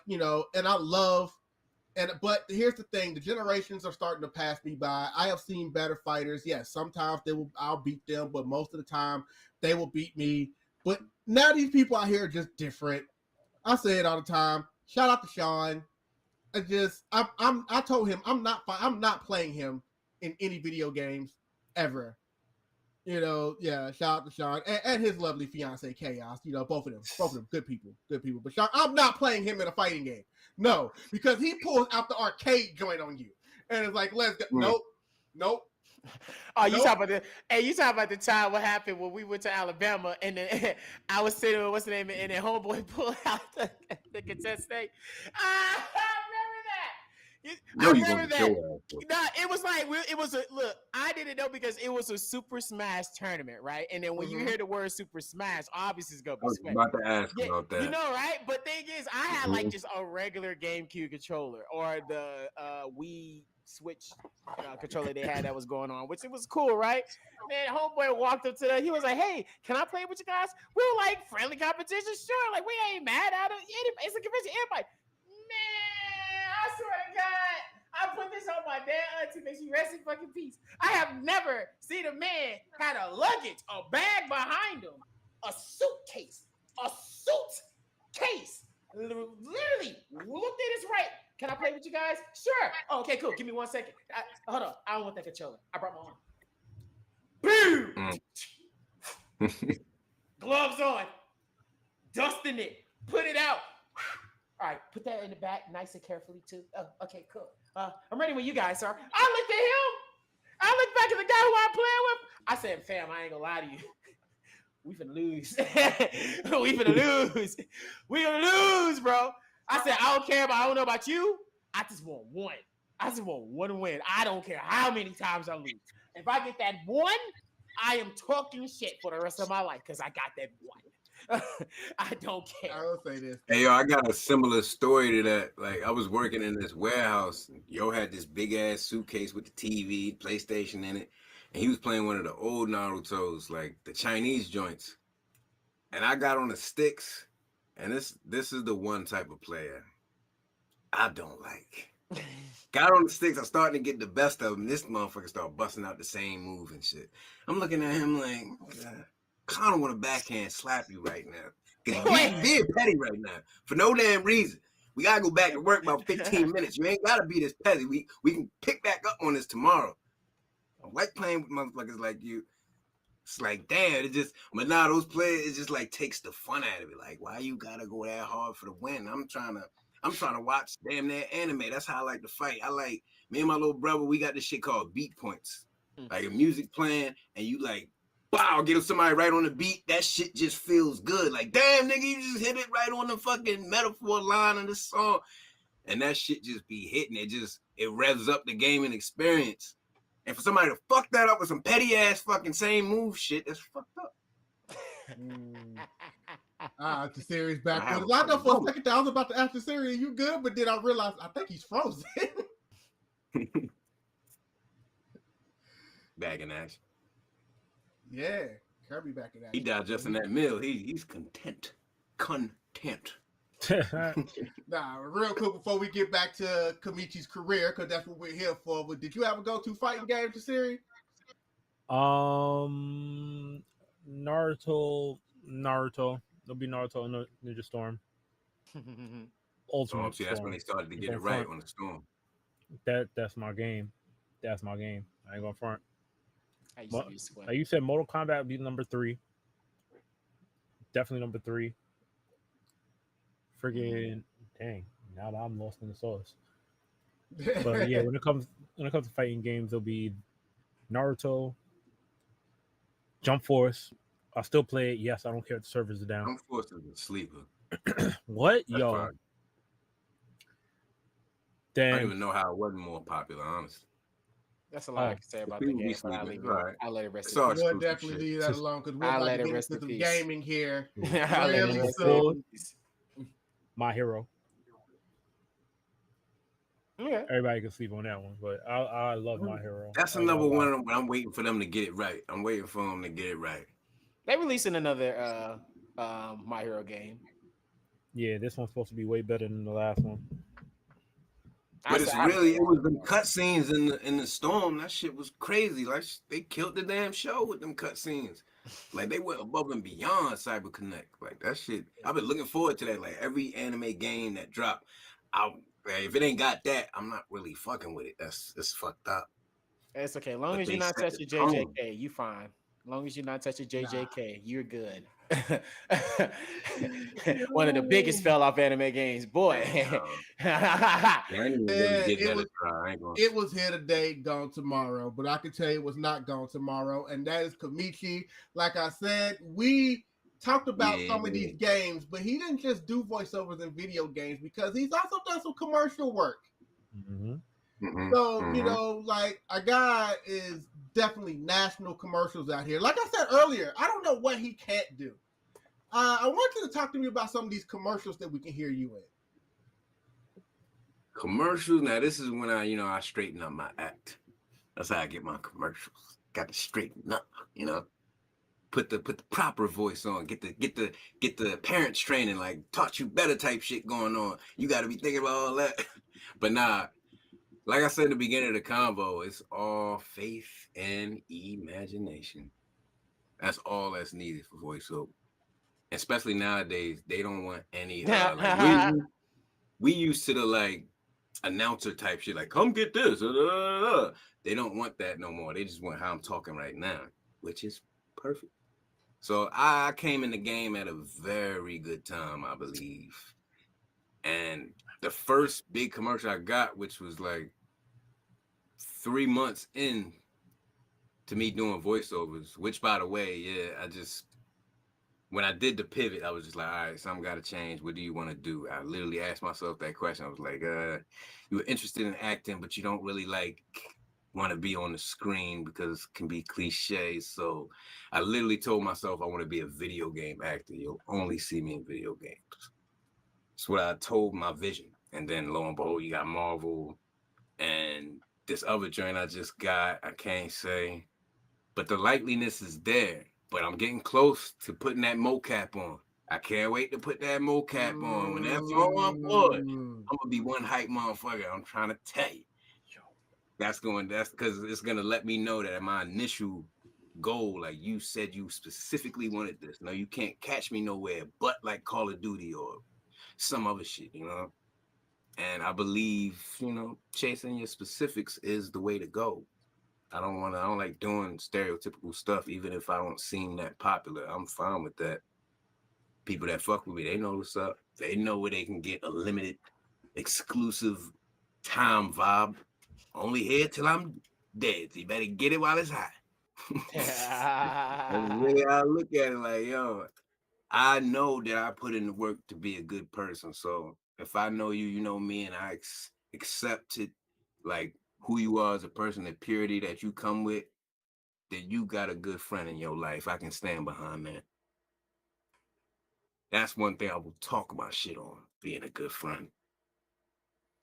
Yes, and Talk you good talked shit. about what you do for people. You seem like you're really big in the community as well, which is why I was like, no, we're gonna get along just fine because it's always good to see about, especially the people you like, the people you mess with out here. That is always love, and that is something that I always like to see out here. Now, of course, I put one of them in the promo, and that was that Grubhub commercial. But what are some of the other commercials you've done? It's a lot. I ain't gonna lie. My main joint is and I have the greatest sessions with them. It's Universal Resort. I'm the voice for the Hollywood and Orlando. But working with them is mad fluid. We be laughing, comfortable. Most of my sessions are very nice. It's a breath of fresh air opposed to, the chaos previous industry. We all know how that is.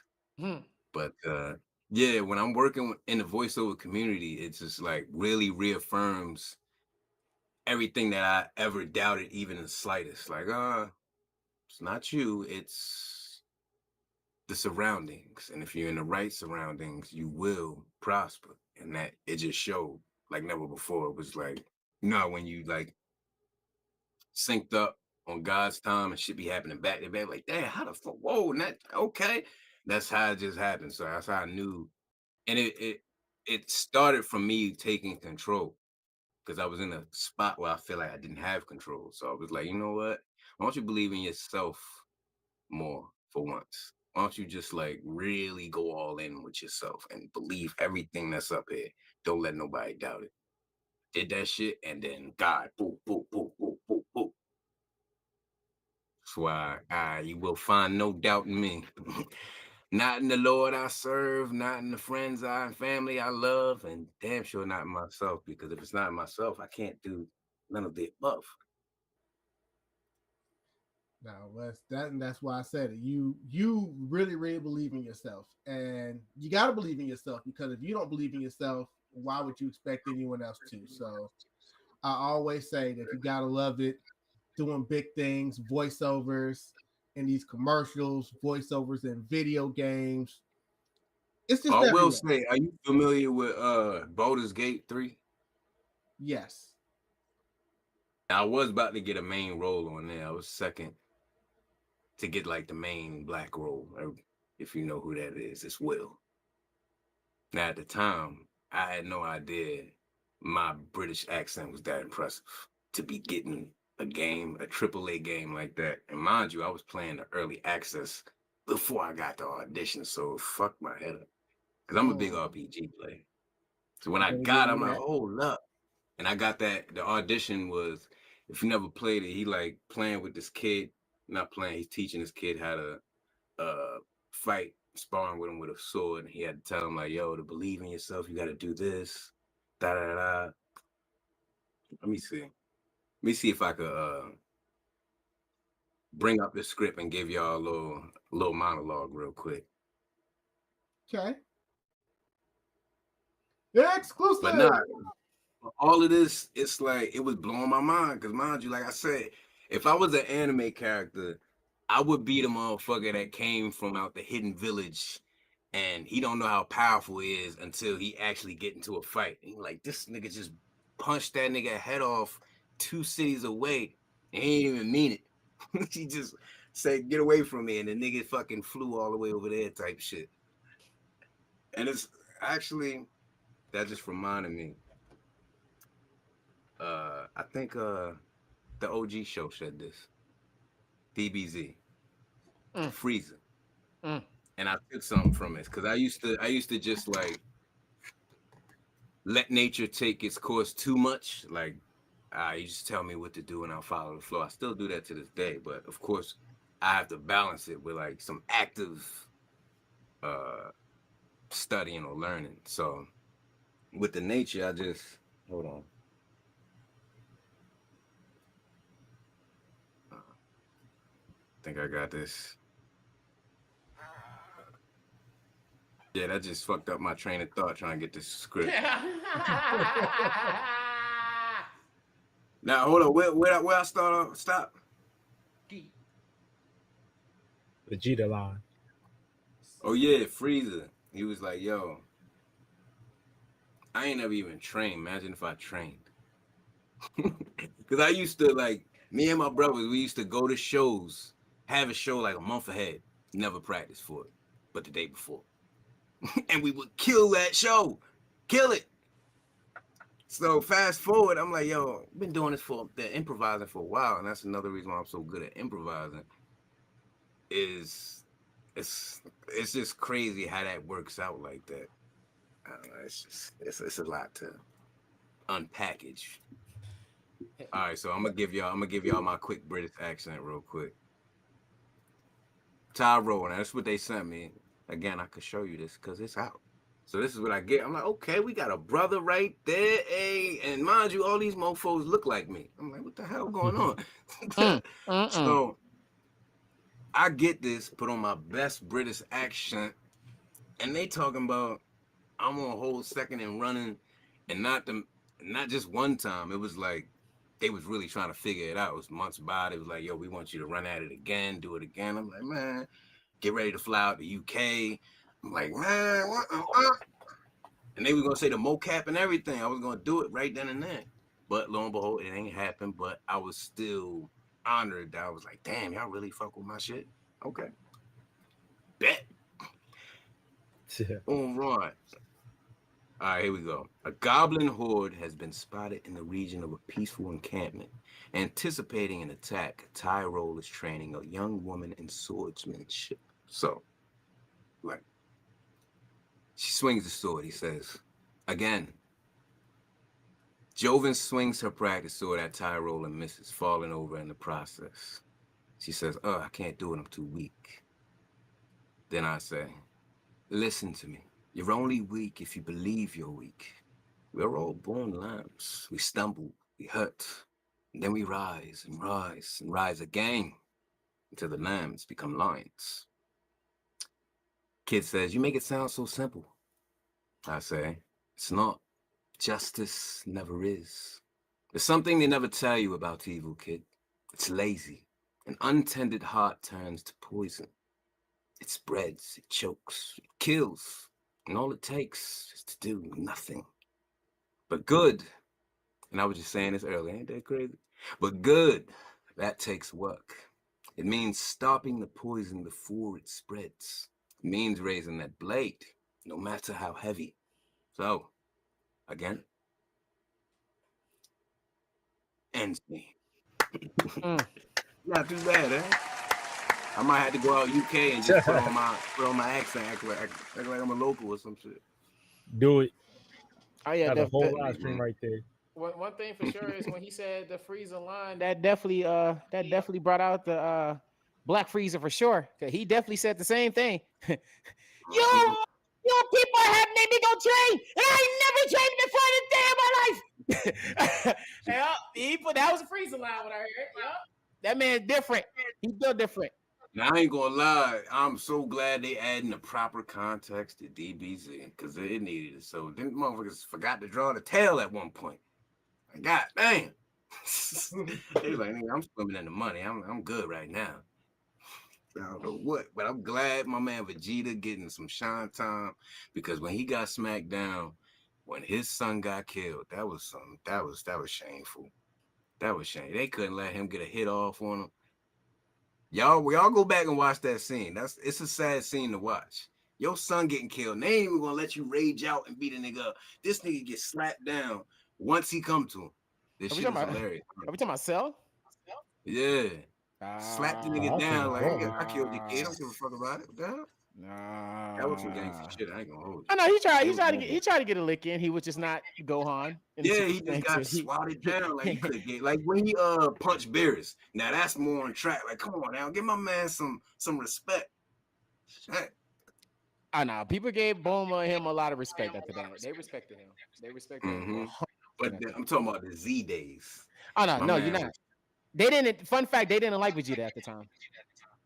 You know what? It makes sense because he didn't start to, earn like Goku until he sacrificed himself. So it makes sense that he was getting his ass whooped that whole time because the metaphor, like if you was an actual person that can't get right, you gonna keep fucking up every time you think you're doing good.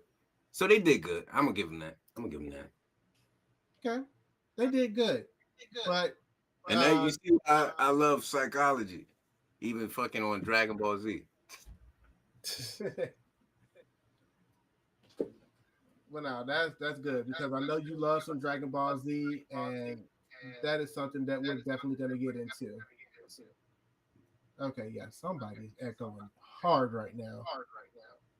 My check, is it me? My check. 1 2 1 2. Is it me? Am I echo? Yo. Hold on, let's see if I can. Hold on. I'm about to mute. Let me see if it's me. Okay, he muted. Jesus. And I don't hear it anymore. I think it's you. Yeah. Okay. Yeah, because I'm looking at y'all equipment. Y'all got headphones and mics. Yeah, you just I don't know what changed over there, but it just started really echoing out of nowhere. All right, let me see. Let me see. What can we do? Come here, dog. Come on. You want spotlight? Come here. Come on, yo. I wonder if I pop back in, will it fix? I don't know, because I think it's usually just more of a, because like you say, you're not wearing headphones, so. Yeah, turn your volume down. See, I got the headphones blaring right here.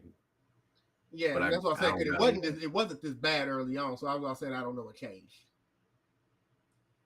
Did it get better just now? Let's see. I don't hear him. I don't hear him either. Yeah, we're good. yeah. Here we go. Okay. Here we Shit. go. It's okay, guys. We're only live, so you guys just bear with us here. You're too slow. Technicalities. Chili dog. It happens on everybody. The only difference is I don't really edit that stuff out, because why? You know what? Look, the delays and awkward stuff is just all a part of the podcast at the end of the day. Mm-hmm. But it ain't real if it ain't, a couple technicalities. You don't want that AI world right now. And with that, you want the raw ordeal. And this is it. And you know what? I'm glad you like speaking real right now, because I really need you to speak real on this next thing, because the glazing part of the podcast is officially over. OVA over. And we have a long-standing debate that's been going on for over 2 years on this podcast, and we need to get you on the right side of history of this. So, Kameechi, please say it with your chest: Nickelodeon or Cartoon Network? I got history with both. Let me go back to the childhood and see what the inner child's saying. I don't know Nick for the cartoons though. It was for the all that's and stuff. Mm-hmm. So this is where the debate kicks in. Was it them shows, the skits, or was it the cartoon? I'm gonna have to punch in Cartoon Network. Mm-hmm. Nickelodeon people, send help. Help, please. Yo, where are y'all at? Where are y'all? Yo, y'all don't understand. I mean, I feel like Nick had an era. That was the problem. Cartoon Network was a little more, probably because they had more production flow. I don't know. But they had that small little era, and it was hot. And then it just went its own way. And the thing I always want to preference when we say this is, when we make this debate, this is not us saying we hate Nickelodeon people, because I see what some of the comments be trying to accuse us of sometimes. No. Actually, speaking of, I did a lot of voice work for Nickelodeon, so I do got to kind of represent. That's why I said send help. Send help. Well, I know you did say you did a lot of Universal work. Right, Dr. Kelp. And I did those online learning cartoon things they have on YouTube, and a couple video games for them as the narration voice type stuff. It'd probably be hard as hell for me to find it. But you fucking lying. I actually just did, those little Tony boxes for kids. You put a little character on it, and it tells a story. A word? It's like a box, and you put a Disney character on there, and it tells the story. I did the Ninja Turtle version from that last movie they had that Seth Rogen did. Yeah. I basically told that story for a toy. So when it comes out, I'm getting that toy for my son, because that's his favorite movie. So it's funny how that worked out, that I got to work on my son's favorite movie. At the time, it was his favorite movie. Can't go wrong with Turtles. Because I knew the shit backwards and front. I was like, I've been watching this fucking movie mad times. So it's funny that I got that. By the way, all of our new amazing people that are joining us this week for the podcast is real in the chat are all also saying Cartoon Network. So I just want to throw that out there. Nick, people are spoken. Send help, please. We're gonna throw one. Lord, y'all are seeking. We're gonna go 3. You know what? We're just gonna hear this. This is it. This is your card. This is your card. Not the drop Right. 10. I It's can't. all right. Y'all only have 7 people. I haven't counted no one else. 7. I'm going to get the tally together here pretty soon, and I'm going to start putting it on the screen when we do this every week. You know what? Nick at Night. That's going to save you. Nick at Night. Fuck with Nick at Night.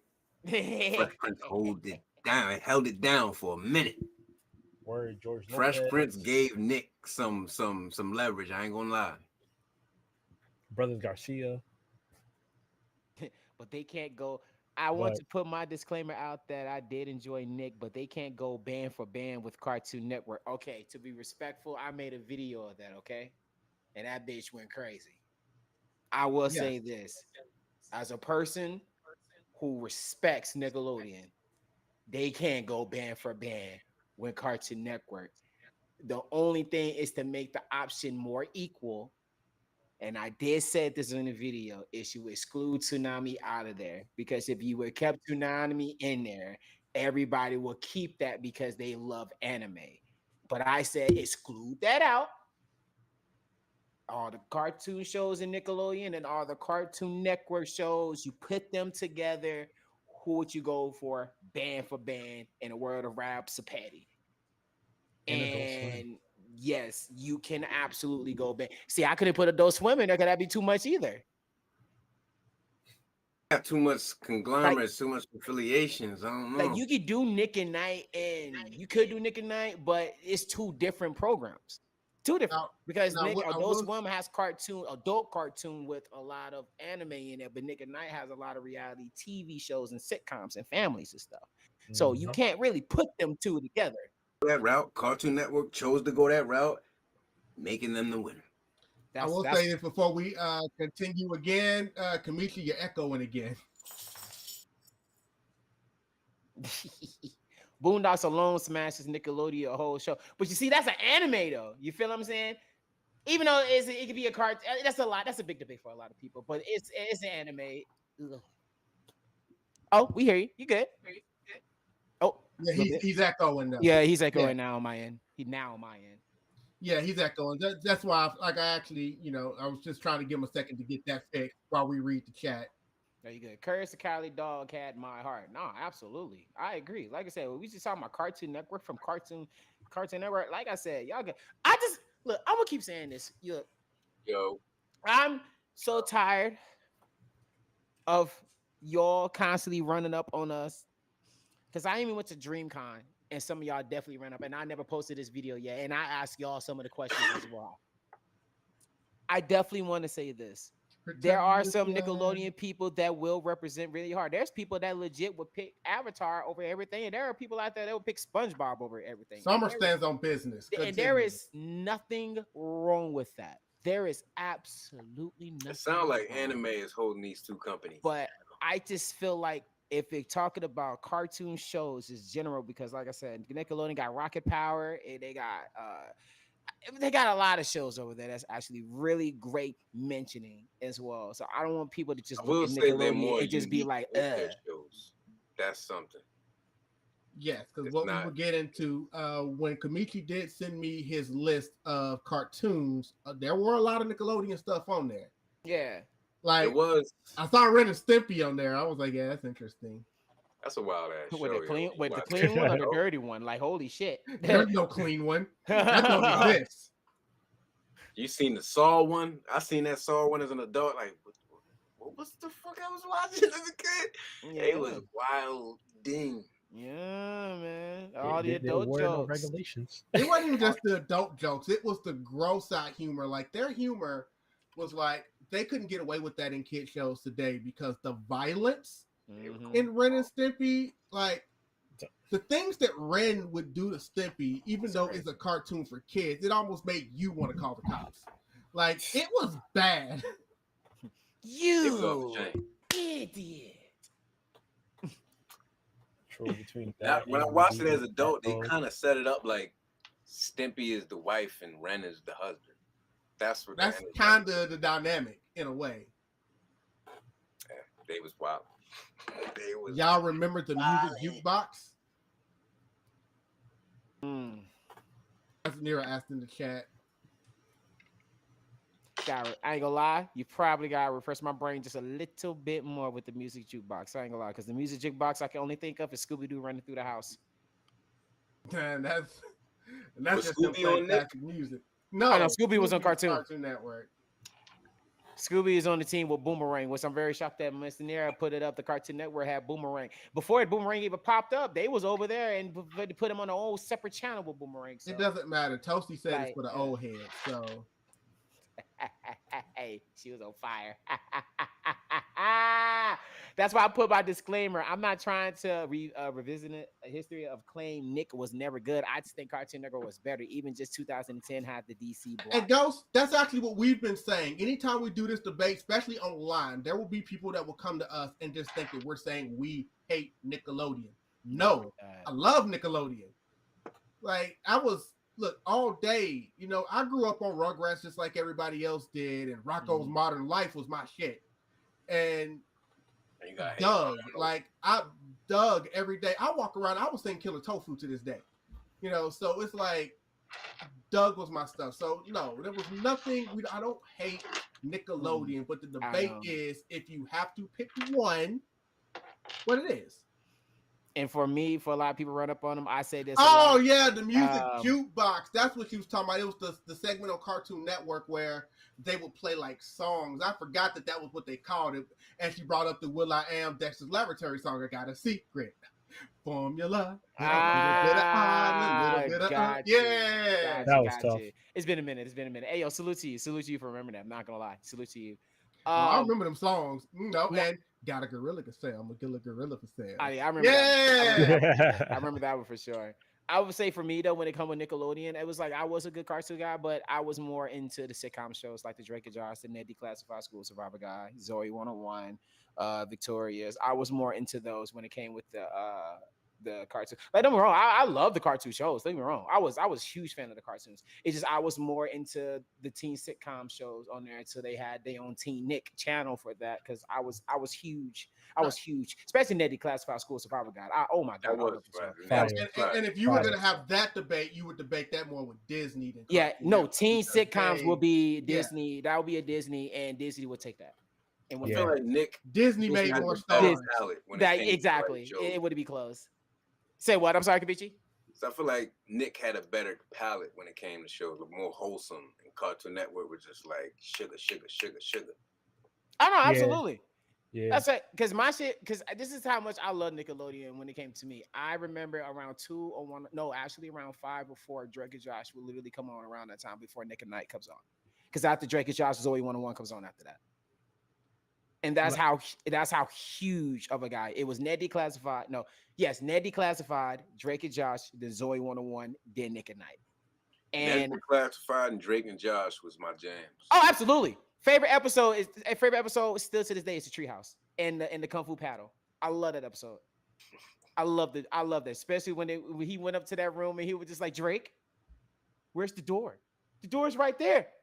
Well, how about you go get it? Go get it.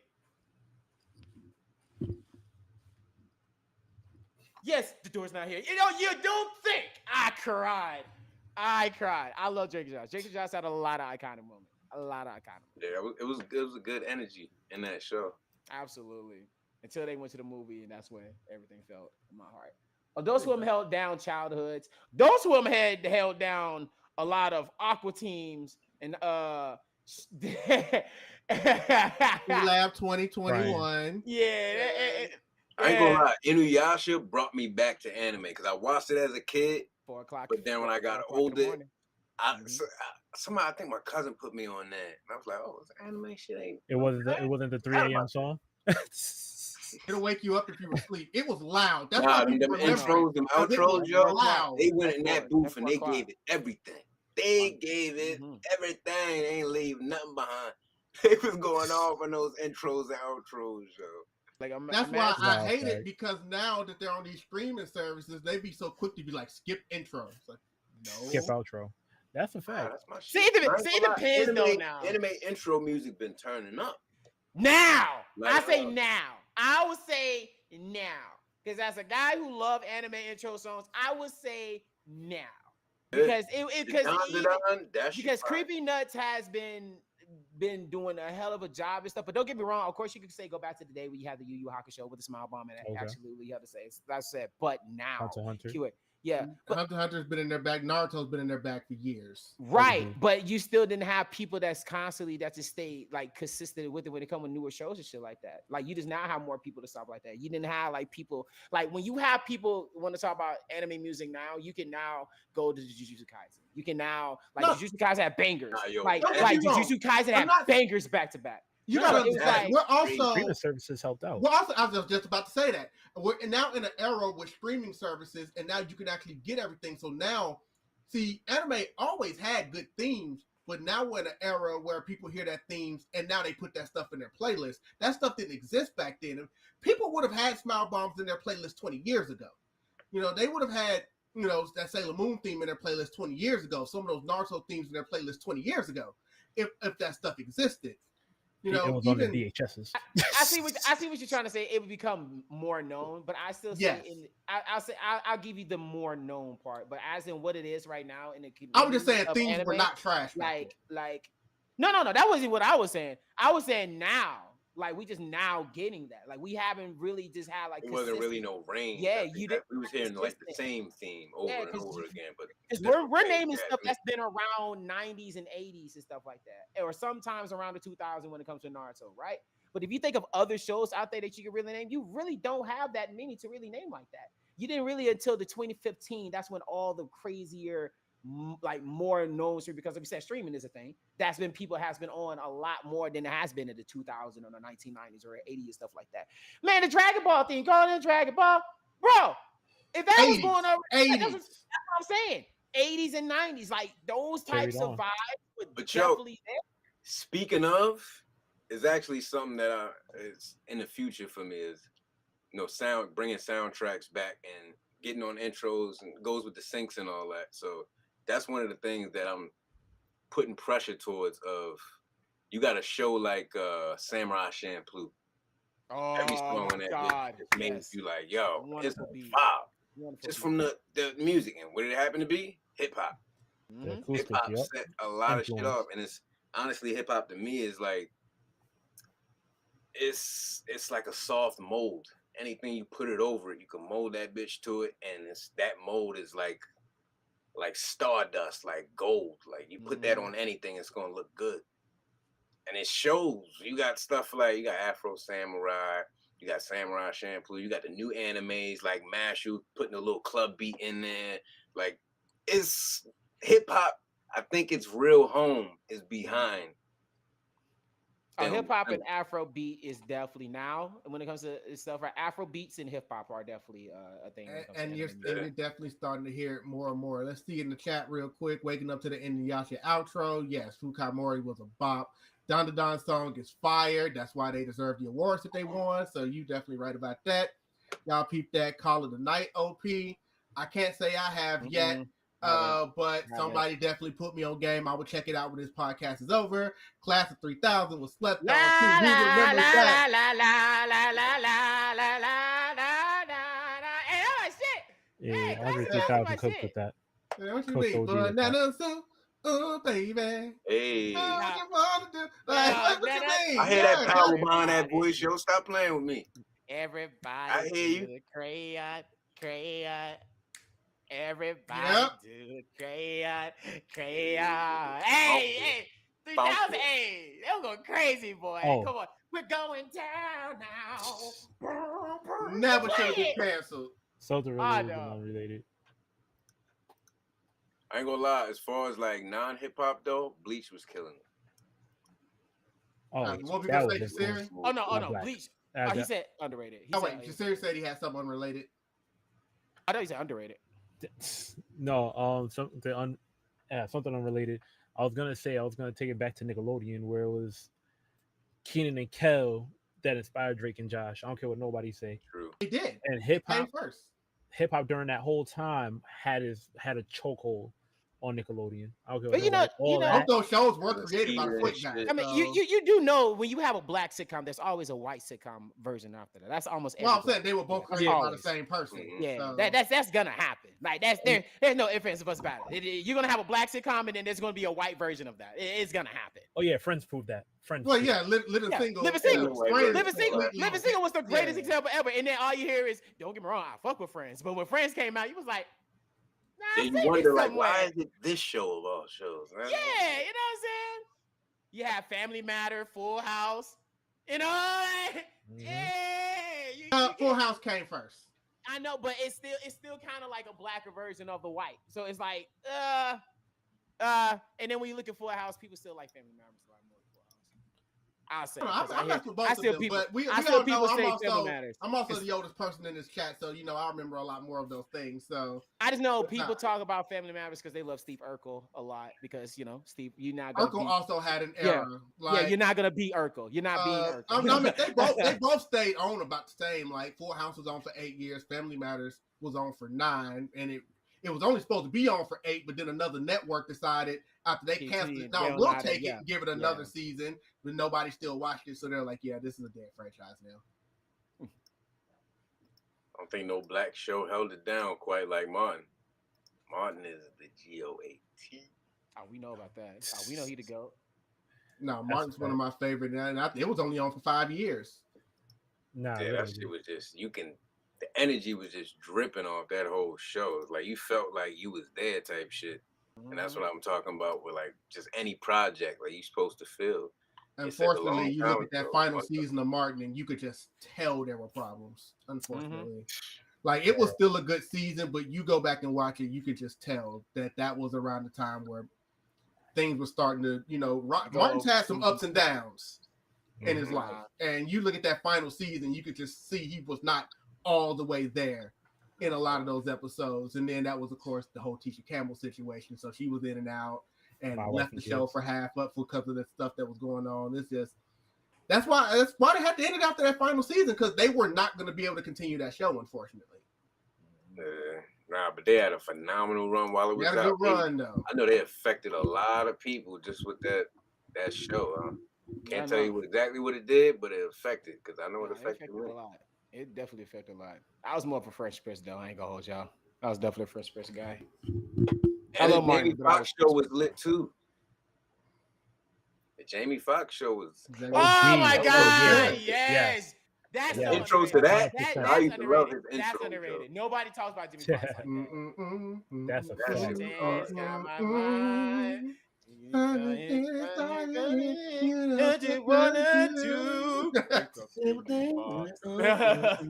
Sure. Hold on, what was that one about college after the Bill Cosby show? A different world. You can't touch a different It's world. the different Oh, my world. God. Hey, that's my shit. That's a Hey, whole you want to 100% talking about a that? Look, that was 100% such a right. cultural icon That that was they're my- bringing it back. That's That just was- how much of a cultural, like it's one of the things shows is getting rebooted.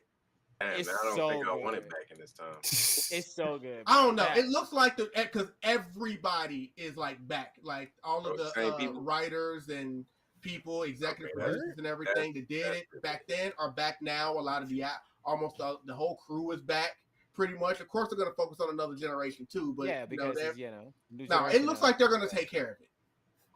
It's a I different felt like world. Grownish picked up where they left off. I'm not gonna front. Grown age. Now, you know what black show I'm mad they canceled? Lovecraft Country. That shit Yo, fire. That was about to be some It- shit. They had it to was stop written that. by a man in a whole nother country, and it depicted everything. That's crazy.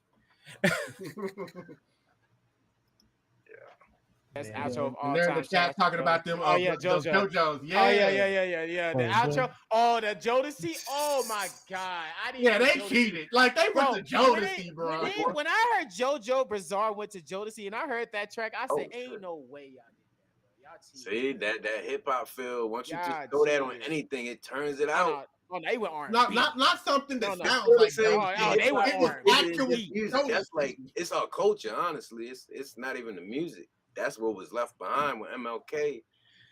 And Malcolm X had their final say-sos. That's what we got left, hip-hop. That's what was made from everything they did, and you see where it's at now. They took a lot of hard work to fuck it up, but here we are.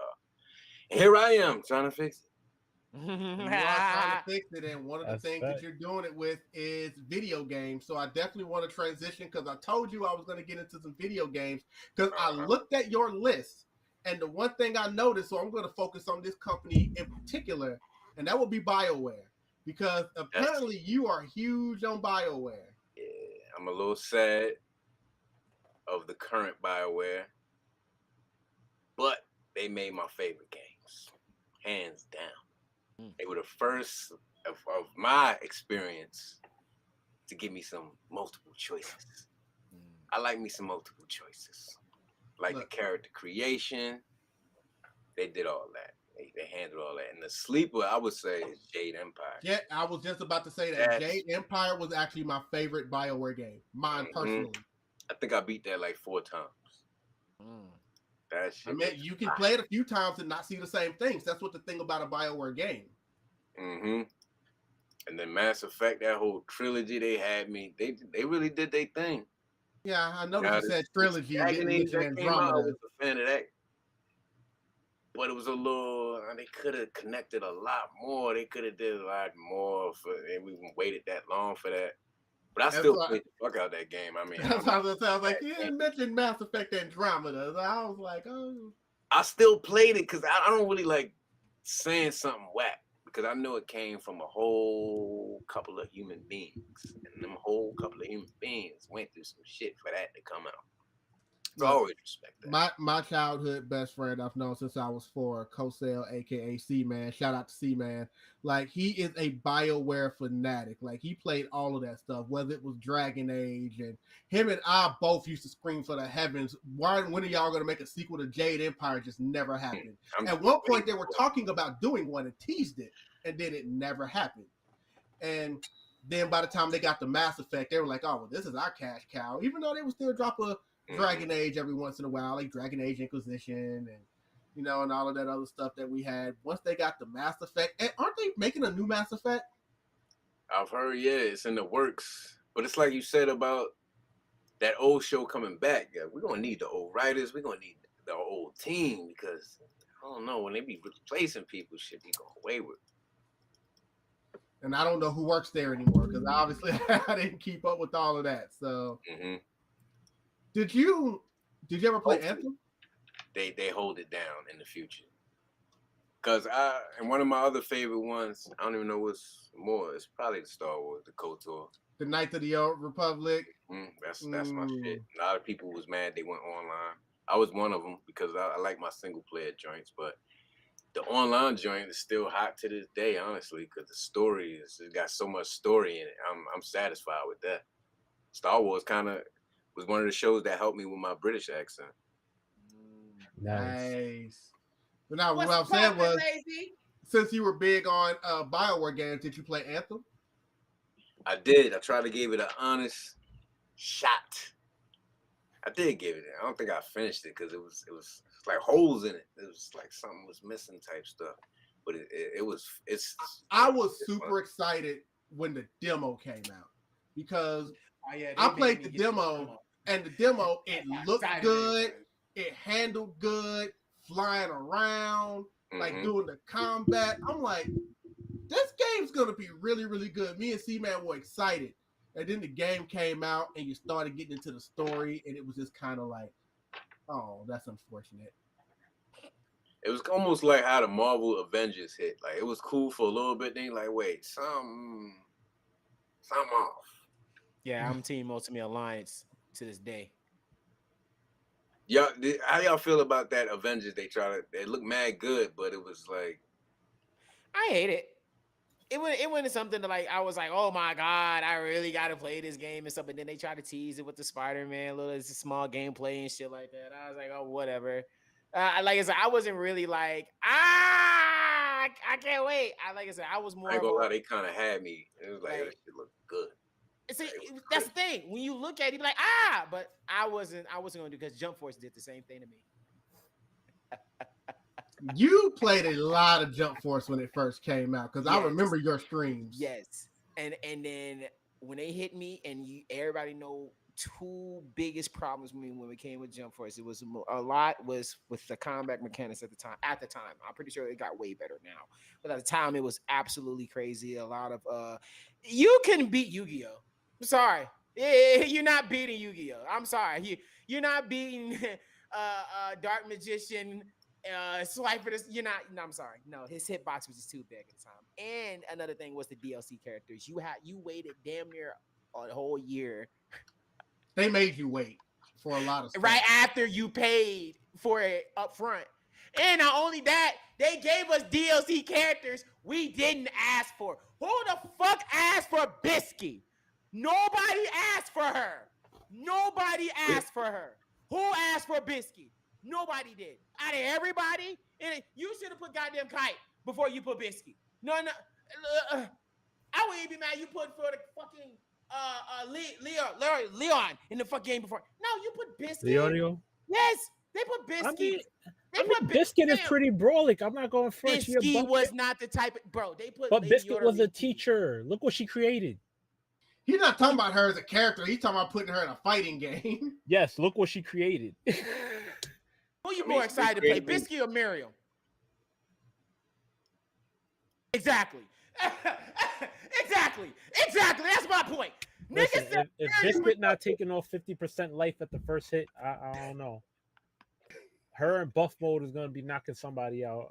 Like I better be getting a good, like a good 6 hits to a final kill. I ain't gonna front. I was just spam JoJo all day and just spam Yu-Gi-Oh. You're not getting close. That's the problem with the game. Nigga Kaiba, nigga Seto Kaiba, the biggest shit who I still say is the crown, the king of shit talk till this day. Is like Aizen from Bleach is the crown shit talk. No, and I you know what? No, Don't even continue that right now. Because I'm glad you guys said that. That is the perfect segue because we are actually getting into Bleach. All right, let's do it. What? So I'm glad y'all triggered it so we can move on. Yes, we're we spent a lot of time on the other two big three. Tonight we're gonna show Bleach some love. So, I feel like somebody got their rocks off because every time he talks shit on that last arc. He got his ass up at talking shit. That shit was funny as shit. He's like, "Oh, you only did that, CCC. You only did that because you must have smoked some shit before you got here, and that's why you punched me like that." Okay, bet. That shit was just funny. Every time he thought he had it figured out, he just like, "Nigga, shut the fuck up." Smack him again, and he got figured out again. That was one of the most gangster. Yes, it is definitely an eyes on your own paper situation because I have an Aizen topic on the docket for tonight. So I'm just gonna let y'all have at it. But it's just crazy though. Wait, I am a huge Aizen fan. Okay, Ain't nothing wrong with Aizen. Everybody knows this because we talked about this on the podcast. When we talk about all my favorite villains, Aizen is number one on the list. Everybody knows that. Why so though? Like he. Absolutely, but as a shit talker, he talks a good one. Shit talker versus Kaiba. We talk about the man since day one episode looked at Yu-Gi-Oh was like, bro, pick up the cards and I'm gonna beat the dog shit out of you with the cards. Oh, you think? Hey, this man literally got the fucking Egyptian god card. Purposely let the man had his suitcase of all the game. And you know, Kaiba owns the game.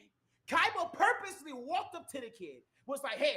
Have all my deck of cards, and I'm just gonna beat you with one card. This man looked at you. They came up to fucking Kaiba, was like, "Hey, yo, how we gonna? You know, this game is real life because every time they're gonna send niggas to the shadow. Look here, Yu-Gi-Oh! You can play with these kiddie games, but that's not what we on right now. I'm a grown ass man. Don't run away and try to give me these kid fantasy of your imaginations. Like Kaido. What's the definition of everywhere that you go? He is money. Great example. Rap So Petty. Gojo. That's him. He had more money than what's his name with the red suit? Fucking start with a P. Whatever the nigga who had the one fucking whatever his name with the one millennial puzzle in his eye. He had more money than him? Bro, yes! The man was a billionaire. He owned Yu-Gi-Oh! Didn't Pegasus, he made the cards though, right? He made the cards, but Kaido was the one that actually made the game more popular because you can make the cards, but if you make something more popular around the world, niggas gonna look at that different than you actually make. And when it came with the cards and shit too, they only had 3 Egyptian god cards in that world where niggas, it was banned until niggas starts finding these fucking cards of their millennial puzzles because, you know, getting a millennial puzzle, you're cheating. That's kind of what it is. You get a millennium puzzle, you're cheating. Because I said this, Yu-Gi-Oh! If you're fighting Yu-Gi-Oh!, you're facing 2 people. Pegasus, he's reading your mind. Nigga, Kaiba has a fucking rod. What are we talking about? The man is cheating. Everybody's winning millennium puzzles cheating. Don't care. I don't care what nobody says. But and Yu-Gi-Oh! Cheats too because I don't care. You don't pull every single card out and then you have the heart of the cards and then the next thing you pull 5 Zodiacs. All pieces, and then no bullshit. But the main point is, yes, I still believe. I think Seto Kaiba talks way more shit than Aizen. Way more. Aizen just talks it so smooth, and he condescends you too. Like, I give you the smooth. I give you the smooth. But Kaiba feel like Kaiba is a nigga, bro. I'm from a foster home, nigga. I came from foster parents, made good, and my dad tried to put me in this corporation. Bro, I kicked my dad out of office. This nigga don't even own the business. Yo, fuck my dad, nigga. I don't even care about none of that shit. You know what? You know what my best card? You know what? You can have this card. I'm going to have my 3 blue-eyed white dragon. You know what? This is what I'm going to do. I'm going to use pot of greed to pull 2 more cards out the deck. And after that, I'm going to fuse these monsters to put 3-headed hydras or blue-eyes white dragon. That's Seto Kaiba. Every time. This is a shit talker. Just a god of a shit talker. All right. Oh, I hear you. I hear you completely. Kaiba traveled to the past to be petty and battle again. You're right. But Aizen controls the future to people's legacies. He controlled the future and then taught everybody through it. I ain't gonna lie to you. How you control everybody? I've been pulling the strings the whole time. He just sitting there like, yeah. That's not shit talking. That's flexing. That's flexing. That's flexing. And shit flexing. That's flexing. Aizen is flexing when he pulls that card. That's flexing to the core. I'll give y'all that. That nigga was flexing. And especially when Ichigo came up to him and thought he had that Bankai for him, thought he was going to do something. And I say this to this day. The nigga was so fucking proudful that he cut off the main character's theme music. I said that way too much. I made a whole video on that and it went viral. I mean, that's facts. That's pure facts that what Aizen did. I just think this is what I said about Aizen. I think Aizen just has aura to make it seem more cool than versus when you look at Kaiba, it's like a Yusuke or a Menchi. He's from the slums type shit. If that makes sense. If that makes sense type of way. Because when you look at Aizen, you feel somebody's talking to him and shit like that, and then he'd be like, what are you looking at? He just automatically somewhere else. Especially, what was the line? What was the line? He said to Ichigo, why you run away from me, some shit like, what did he say to Ichigo when Ichigo was like saw Aizen, and then every time he tried to use a move and then Ichigo just got scared to use it, he was like, why did you run away or some shit like that? The pettiest thing he did was to Momo. That was level 10 petty right there. Like, I need you to actually fuck with me. I want you to, so I can just like shit on you. That's basically what he did. Like, by the way, James in the chat says Kid Thrippy here. I'm tripping. I'm crying right now. I feel like, but I agree with y'all. With Aizen does have shit talking moments, but I think Aizen just has aura. Aizen just has phenomenal aura. I'm trying to think if somebody he does convo. Like shit talk. Dio? Oh my god, Dio? What? Dio Brando? Do he shit talker? He's just an asshole. I mean, because you know shit talk. You know what I'm saying? Shit talking at the end of the day. He's whip your ass and walk your dog and kill your dog and your bitch.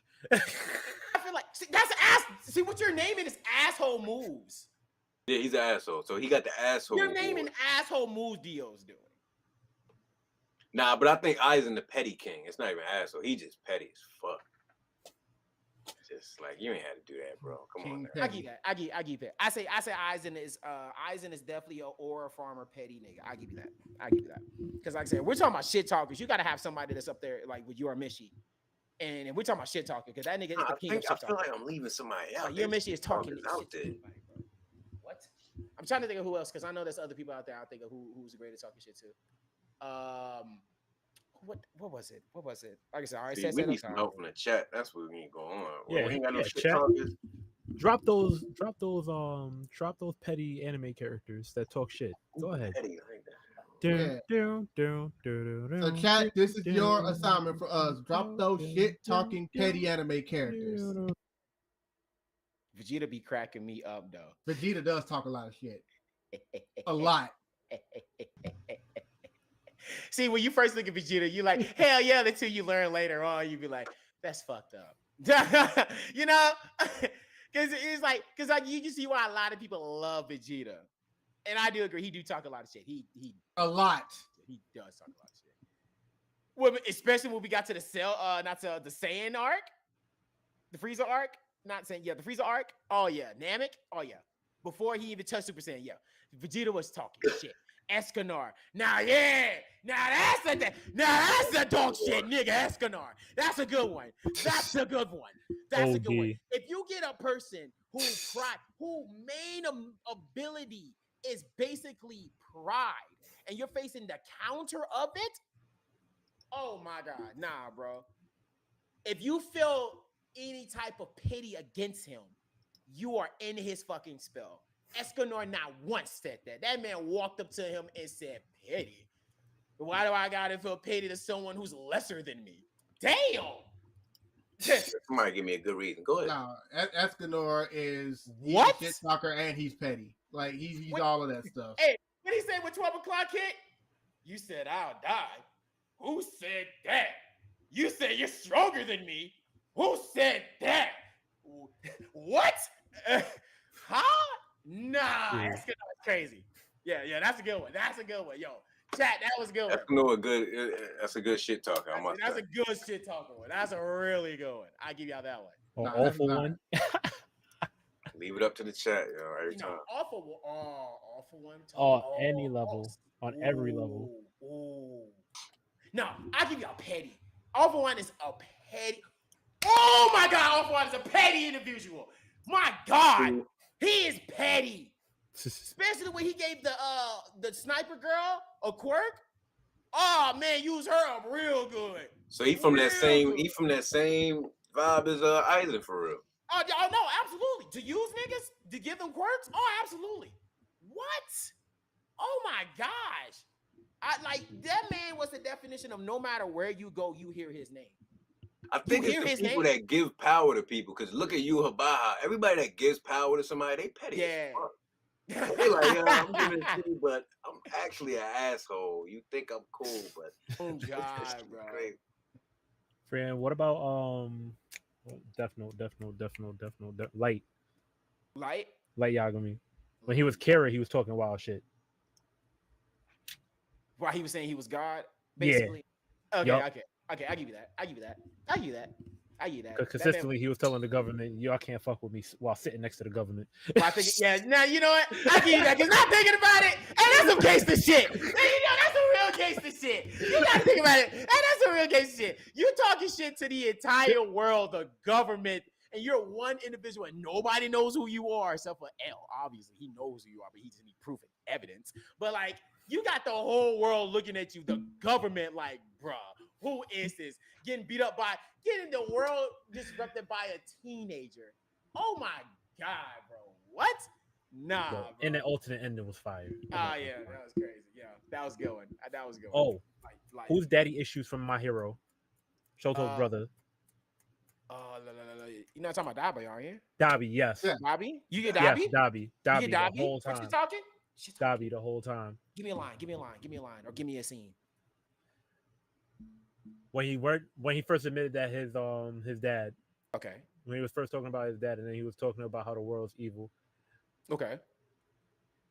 And even before that, when they first came out, he was talking about how the whole world deserves to burn, and how. Hold on, no. Even better, when he was going up to UA and he was talking to everybody while he was fighting them, talking about how they're not strong enough, or just talking shit to his little brother the whole time. See, if you was talking shit, I would give you Bakugo. I give you Bakugo. That man. Shorty from Chainsaw, man, she talked big shit. The one with the horns. Oh, friggin' Power. Power, yeah, Power. was a good one. She's a good shit talker. That's a good shit talker. That's really good. Who's a good one? I think we probably ran up the shit talkers. A really good one. Yeah, a good decent amount. We know there's a lot more with chat. Obviously, y'all can come back and show us more because we know there's a lot more. But There's like, definitely absolutely a lot. Oh no, flexing is different. Flexing is different. You added Sukuna. Sukuna don't shit talk. That's Gojo. Gojo's the shit talker. That's for fucking sure. If you want to talk about that's another good one. Sukuna is the flexer. Gojo's the shit talker.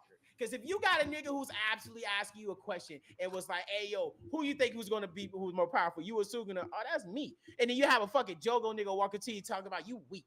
And got the most popular scene line in all Japanese. Yo, I am all. Hey, what? Yeah. Absolutely. I think those are a really good ones, though. Nah. That's a good one. That was a good one. Yeah. Good segment. That'll do it. Definitely an impromptu one, and I love those impromptu segments here on the podcast. It's real. You know, I'm a Naruto fan, so I'm gonna slide Madara in there real quick. But yeah, I was trying to say. I was waiting. You could have thrown one in there. That was a good one too. That was a real good one. That's a good one. Madara was talking shit. Madara is a shit talker with flexing. Does he talk more than Orochimaru though? Orochimaru, you know. Hey, but Madara had he was flexing and shit talking. Yeah, that's what I said. I give you flexing and shit talking. Beast. What? If a man looking down on all 9 Jinchuriki, blind, by the way, it's different. You looking down on them blind? Oh, you're blind. The shit talking. And he was petty. All the Kages. Oh, y'all want to jump me? You said how many? 5 to 1. Everybody. 5 to 1. You know what? Now it's 5 to 1 the other way. What? Let me ask y'all a question. You want them to have Susanoo or not? What? That's flexing right there. Hey, congratulations. That's flexing. Y'all stopped the beat bomb. Hey, but let me ask you a question. What you gonna do about the second meet here? Flexing. Here's the shit talk flexing to the core. But we're gonna get into Madara a little bit later, so that's why I was just kind of parking that a little bit, so I could get back to the Bleach conversation, because I want to start asking Kameechi some scenarios when it comes to Bleach, because we play games on here as well sometimes. Oh, that's not that one game. We're giving that game a week off, but we do still got other games that we are playing on here. So we know that there's a lot of powers and strength and things that they have in Bleach. So I just want to get your preference real quick, Kameechi. If you were in the Bleach universe, would you rather have a Bankai or would you rather have holification?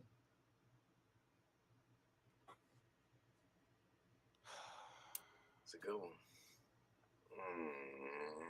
I mean, they're both sound. But holification kind of comes with Bankai to a certain point, right? Nah. We're not doing that. No, that is not work. The orange cards, Ichigo is the only exception to have that. The rest of these niggas don't. Unless you are a run card unless you are, what's his name in the class with the other misfits. And you're not going to be Ichigo in this world. So yeah, you can't be a Quincy and a Soul Reaper with a hollow just pulling shit off the wazoo. We can't do that. Are you getting one or the other? That's crazy. Are you talking about regular Soul Reaper versus? Yeah, Soul Reaper with Bankai with the holification. So wait a minute. If we're talking about holification, let me make sure. Are we talking about like Hueco Mundo, like the Reiko? Are those the ones you basically talking about as in holifications? Or are you talking about the holifications as in Ichigo was helping with the group with the mask, that holification? Ichigo could kind of go for a hollow, and so could some other people too. Just have the ability to holify yourself, whatever. Yeah.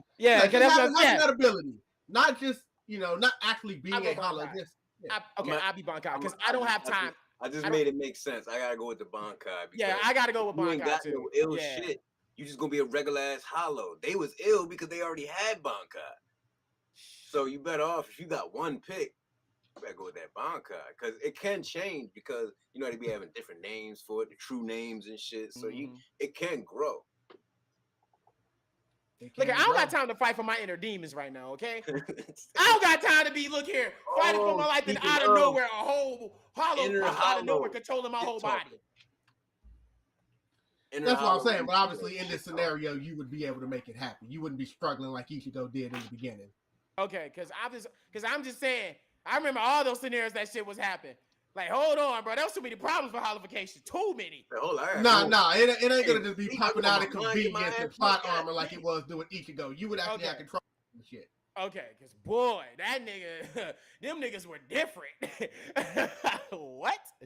Now, Bleach is one of them animes where it's like, nigga, he fucking cleaved all this, and you sitting there like, let's get started, let's do this shit. What? Like, damn, how you talking right now? You got a whole fucking sword coming down half your body, and you like, nigga, we just get started. Nigga, that's like that.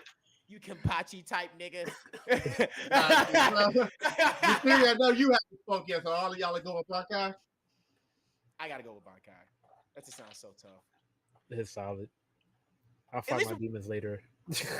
You know what I'm saying? In this scenario, you would just be able to summon it. Like, I feel like if you have Bankai too, you're having more training to know your inner self more with your Bankai, because you can actually have a conversation with your Bankai. And you can upgrade your Bankai to another form than the holification. You only have one, and that's the stage that you at versus Bankai. I could be able to make it to the next level. So I'm picking Bankai. If you get to be hard enough. Apparently, they said Fullbring is low key on some shit. That arc was on some shit. Let's not talk about Fullbring. Fullbring is one of the weakest forms I ever seen. That's the Emperor's power, though. So it's something to it that could be, have some growth to it. I like Bleach. That arc was bullshit. I'm sorry. Damn. Anyway, I don't like the what is it called? The Bounto arc. That was. Are you talking about the bounce? That's not canon. That's not even canon. It's 45 episodes, and it's not even canon. It was dragged out for no reason. The hard filter is when the Zanpakuto came out the swords. That was a decent filter. Yeah, it was. It was a good filler. I'm about to say, I'm sorry. The bounce arc, they literally, in order to try to make it make sense, because it wasn't canon, they nerfed Uryu just so they could give him his abilities back. For no reason. No reason that. That's that was still the whole time. I forgot to say, y'all a big deal. So I guess they kind of showed it when he first fought Mayuri, and that's why they had to cut him down a little bit. And it's like, I'm just sorry, because they literally gave Uryu his powers back. And then was like, well, oh crap, how are we going to do this? Because this isn't canon. So we have to have them not have them anymore by the time this arc is over. So we're just going to give you this thing where you can kind of get your power. I was like, yeah, this is what we're doing. Nah, the biggest letdown for me was y'all probably didn't mention this, but I do just want to just refresh me and tell me if I'm wrong. Is after Ichigo saved Orihime and he goes up there to fight the number 4 in Hueco Mundo, and then after we get to that, they hit us with and they even gave us a whole line saying, "Hey guys, I know you want to see what happened next, but you got to see this episode." I never been so mad about going back in the past and trying to save a ninja ghost girl who never existed. I've never been so mad in my life. I never been so mad at the time because I waited a whole year and a half before they brought that episode right back to that episode. And it was on Adult Swim. And I was so mad. I was so mad when they did that. Yeah. But you know what? Speaking of, again, I love Bleach, guy. Speaking of bullshit, come on. I need to talk about Ichigo's power-ups real quick. Oh, come on, bro. Please let's talk about it. That is where we're at now. Now, technically, we know how the arc of a Bleach arc is going to work. He's going to fight. He's going to lose. He's going to leave. He's going to train. He's going to come back with something else. Rinse and repeat. It don't even matter no more. But I'm half carpet too. Himself made that make sense, though. Say what? Said the Petty King made that make sense. He said he get like dumbass stronger with every fight. And he always leaves. Nah, Ice is so powerful you can't even kill him. That's how powerful. Like you can, but it takes too long. That's why. I have counted at least. Still for that. I've counted at least 3 times Ichigo should just be dead. Just period. 3? I said at least 3. You know my biggest issue with that. You know my biggest issue. You know. Hey. Ichigo, don't die. Oh my God. What? Don't die, Ichigo. Bitch, I got a giant hole in my chest. And she said, Kinda out of don't my die, head. Ichigo. And he stood up like, bet. When his eyes went away and the scene of him falling down in that black void, and I see him with a giant Citro beam went through his body, close blink range. I was like, that's it. Yeah, that was monumental right there. I was like, okay, he's dead. How they gonna pull this off? Okay.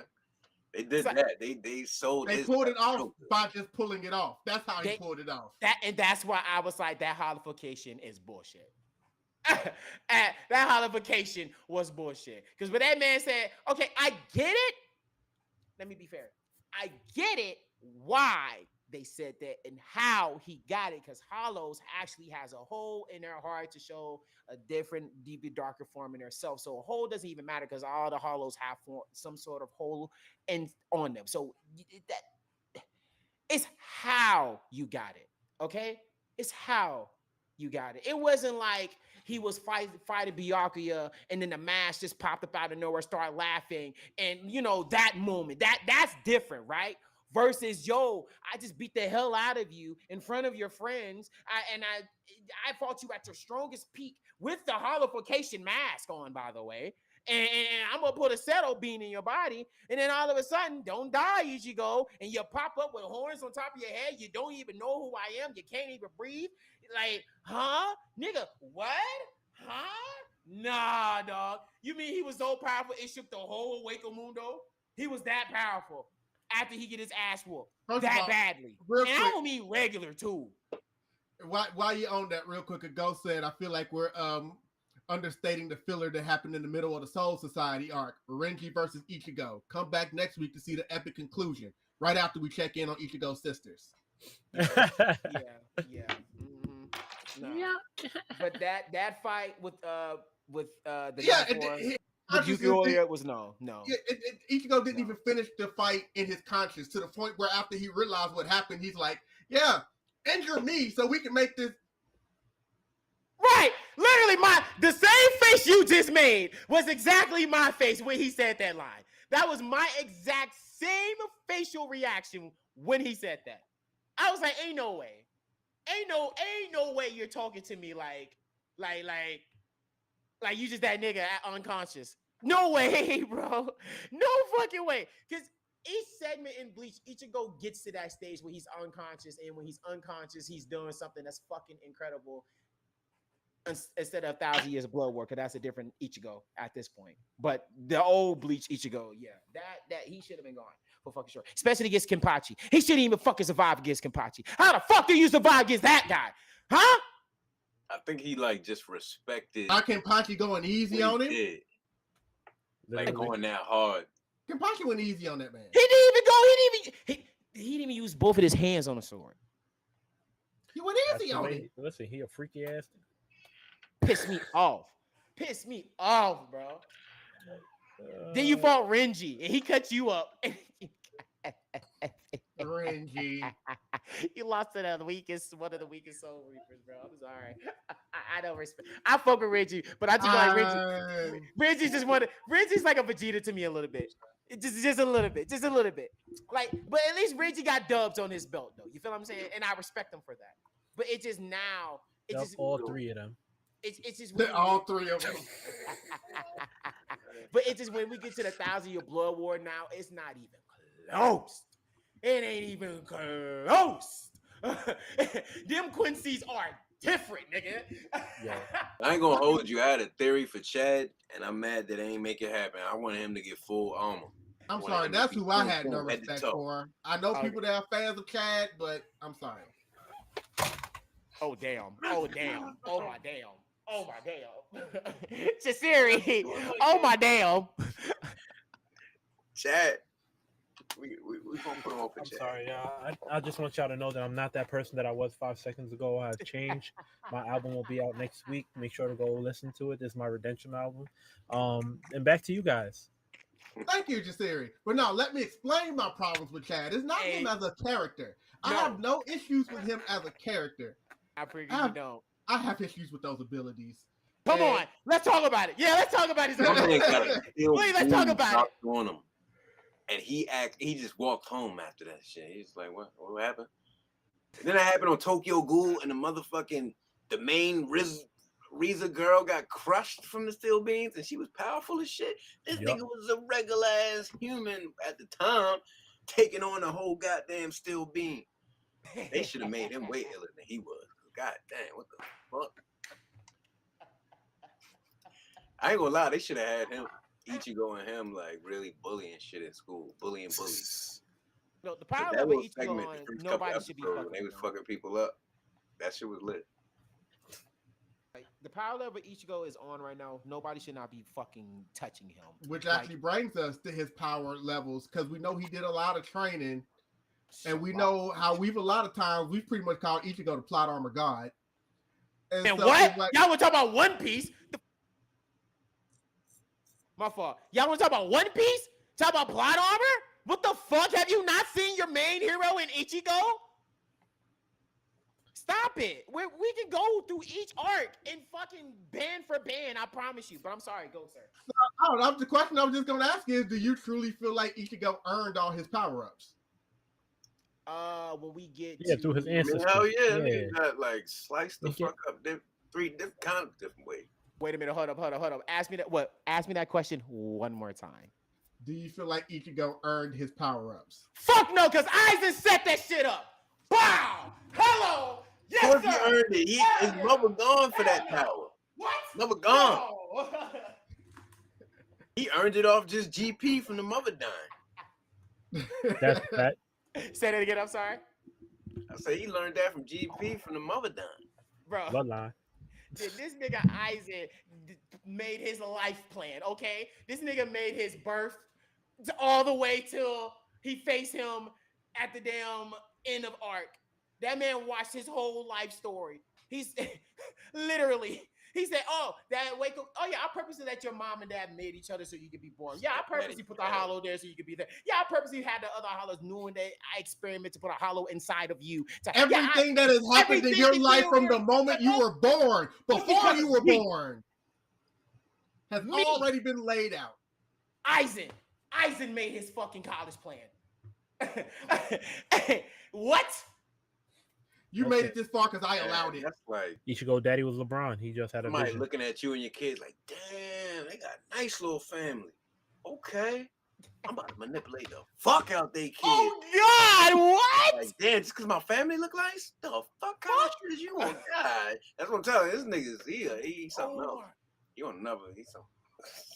This man. My man said, yo, I ain't got nothing to watch on TV. Brother needs something to do. Like you said, what he did with Momo, bro, like y'all said, what he did to her was crazy. Man, he stuck the pickle up in her acting like that. She swore up and down he was a good man. Yeah, even after the proof was out, she like, nah. She was literally willing to go to the grave with that.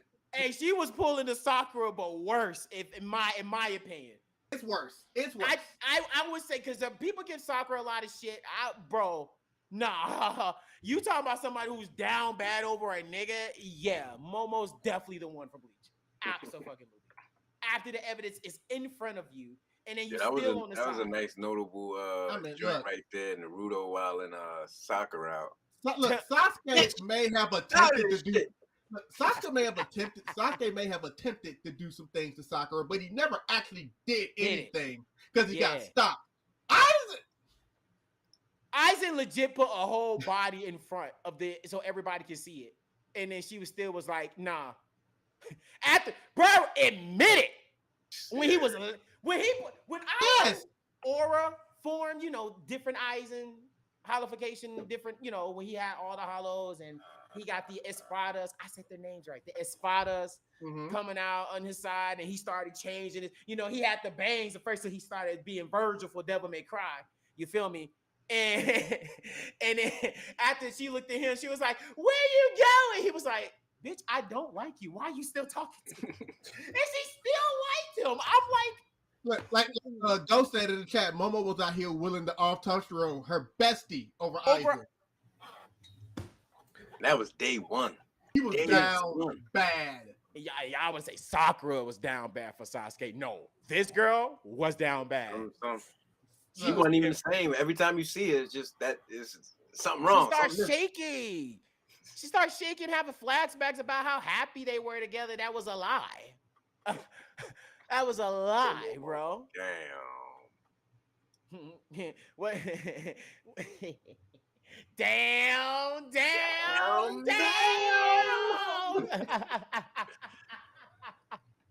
I'm telling you, that was her, bro. Nah, but but you know it's what probably though? A lot of bubblehead anime girls. That's a conversation right there. Bubbly. Yeah, and we have to ask that at a later date. But speaking of her Momo, which actually came from an arc that if you haven't seen a lot of Bleach, I'm pretty sure y'all saw the Soul Society arc, aka what I like to call the Rukia retrieval arc, because it's basically the same thing. That's literally what that was. Literally, it's literally what it was.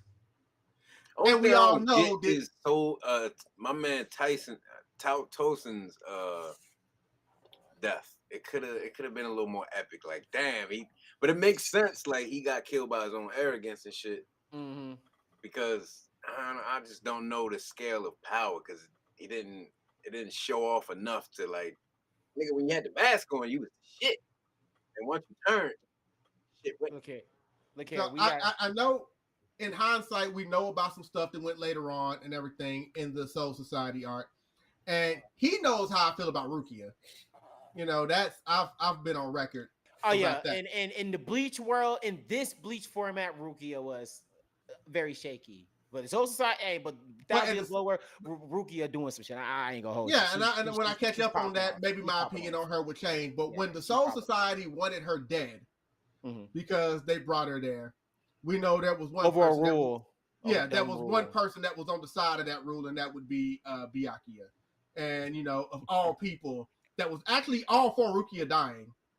And right, I just kind of wonder, how do you feel about that? He said that. I mean, he going with the society. A lot of people do that in real life. Like, oh, that's supposed to happen. That's like if I don't know.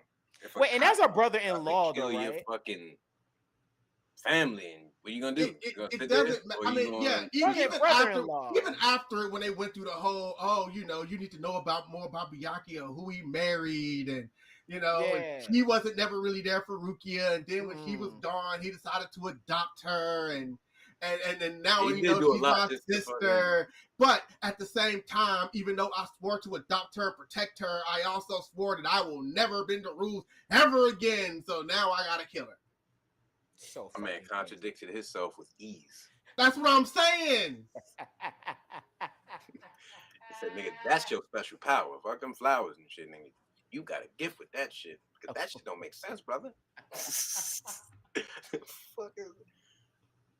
Like you literally adopted this girl because you swore to protect her, but then at the same time you also swore I'm never going against the rules again. So then it came to okay, well, I mean, he is a family head though, so he gotta hold that down, I suppose.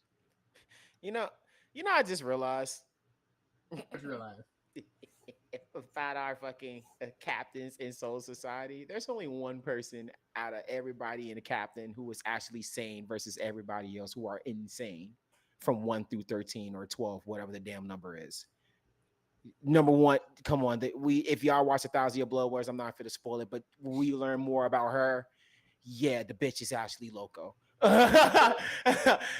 She's actually loco, and there was a huge reason how Kameechi actually joined the group because of her. Yeah, that bitch was loco. Yeah.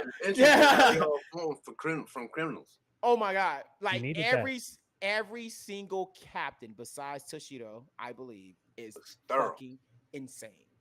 It's insane. There is something wrong with you mentally. Now, I ain't gonna lie. They need to make something. I need to see some context on them specifically. I need that. Dude, what was his name? One of the most crazy fucking lunatic ones was the doctor one with the babies on Pakto. I forgot his name, but that guy right there got some mental. That was legit art in here where he had to do something to homegirl to get her back to her senses. And I'm not going to say this on live because it's a community guideline of YouTube. But if you know and you know the scene, you know. Because Renji and Uguyo was looking at that nigga like, you really did this in front of us. And he looks at her like as what, a daughter or some shit? He looked at her like a fucking butler until we learn 1,000 Year Blood where how she actually is to her. But I thought they dropped some shit like he lost a daughter. I don't know, something with a daughter. It's kind of it's yay and nay, because it's like, yeah, he tried to do it because of that situation, but it was more after he's science everything. He's a Orochimaru but worse. He loves science. He's in a science type of, yes, I can make the case that he's worse than Orochimaru. I actually can make the case of how I didn't say a word. Sick this man is. He is sick in the head. I actually can make the case here. But like in that arc, it was basically more of him, like I said, Orochimaru. I'm looking for the next specimen that could be able to help next science generation. But in this case, it was like he grew more attached to it in the end when we learned 1,000 Year Blood War than it was in the beginning, because he legit was the definition of like, I don't care, I'm a backhand this bitch. She better not speak until she's spoken. Like he was that definition of a maid. Yeah, a legit definition of speak when you're spoken to, or otherwise I'm a backhand you type shit. Like that was him. He was legit on that time. He is the pimp name Slick Yuri. back. Bitch, this chicken is cold. He kind of talked like, what are you doing, bitch? No, like, literally. He's a bitch in there. He's good. Literally. He literally told her one time, he said, if you don't obey my order, I will kill you right here and now. I was like, damn. Whoa. Hey, this is where we are. Okay. But I think he just do that because he know he could fix her type shit. He just hard with his toys type shit. Yeah, and when like I said, 1,000 Year Blood War explain a lot more about the type of person she is, and I just don't want to get into it because it's spoilers, and I know there's people in here who hasn't really seen it, and I know it's been out for a hot minute, but I still respect people when it comes to 1,000 Year Blood War because that's a newer anime. Yeah, but all the other Bleach, it's open season, you know, because that stuff came out decades ago. Yeah, but 1,000 Years of Blood War, I'm gonna respect y'all in that because hey, you waited for that one. Yeah. You had to give it to us, but you did, and we thank you for it. I appreciate it because y'all animation, I will say that I did say this, the animation of 1,000 Year Blood War was definitely cooking. It was definitely cooking. When One Piece was going around, they were on par. One Piece and Bleach was on par with animation going back and forth. That's how big it was that week for them. Yes. Now I will say this, because we're gonna go ahead and go to the last anime for tonight and get a couple of questions out on this. And we're going to move over to Naruto because I know how big of a fan of Naruto that Kameechi is. And I got some things I want to go to him. There's a question that's been out there. It's a question that I always thought was an easy answer. In fact, I think we've touched on this on the podcast before, but then I started circulating the internet. So I thought I would just go ahead and bring this to Kameechi. And the rest of y'all, we've already talked about this. So Kameechi, who is Naruto's best friend? Who's his best friend? It's Shikamaru. Whether he knew it before or not, it was him. That's why he was his right man in that. Yeah, not the friend you want. I mean, Sasuke is more like the brother, so it wasn't Sasuke for sure. Could have been Rock Lee, but Rock Lee was more like they were too similar for him to be a best friend. Like he needed the best friend to like make up for what he can't do type shit. That's exactly what the hell he did. Man, I look at Sasuke like a more of a lover than a brother to Naruto than anything else. I ain't gonna hold you. He's the other guy. I ain't gonna hold you. Bro. You know, Hinata be wilding his ass out. You don't go this hard for me. You gonna go all the way out for Sasuke though. All right. First of all, that nigga feel it. Everybody, both Naruto and Sakura, was a super obsessed over Sasuke. Absolutely. Just both of them. Weirdos as a kid. Naruto was they both were willing to become rogue ninjas to bring this man back. Naruto threw himself at the Rakage's feet because he was just begging them, even though Sasuke had already done some bad shit. throwing Look here. himself at him. Please don't do anything to Sasuke. If you walk into the five Kage summit and look them dead in their eyes and claim war in their face, bro, what? Naruto still like I can What? save him. And Sakura was still like, even after she talked about, I'm gonna kill all the Kages, not the war's over. She's still like, no, we should just be together instead. You don't want to do that. Like, you're still trying to be with this man after everything he did. Yeah, he just helped y'all save the world, but now he's talking about killing all the Kages and being the beacon of hatred for everybody. And her response is, but I'm in love with you. Woo!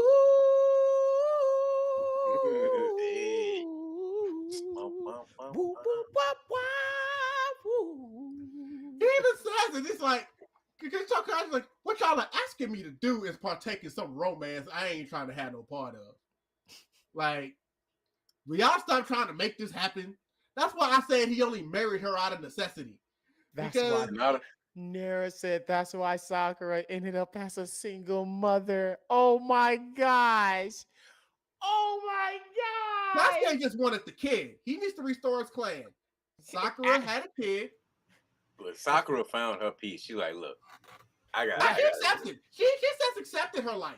He ain't never here. He ain't gonna come everywhere and when he want. He's gonna come and go. This where he's a Shadow Hokage. He's out there somewhere. He'll like, hey mom, when's dad coming home? I don't know. Hey mom, when dad finna come home? So that means we not important. Hey mom, when's dad coming home from the store? I don't know, sweetie. But like, nah, Sarada, we're important. We're just not as important as Naruto, and he's doing work for him right now. So, Man, my boy was outside trying to get away. He did not want to be bothered before, during, and after.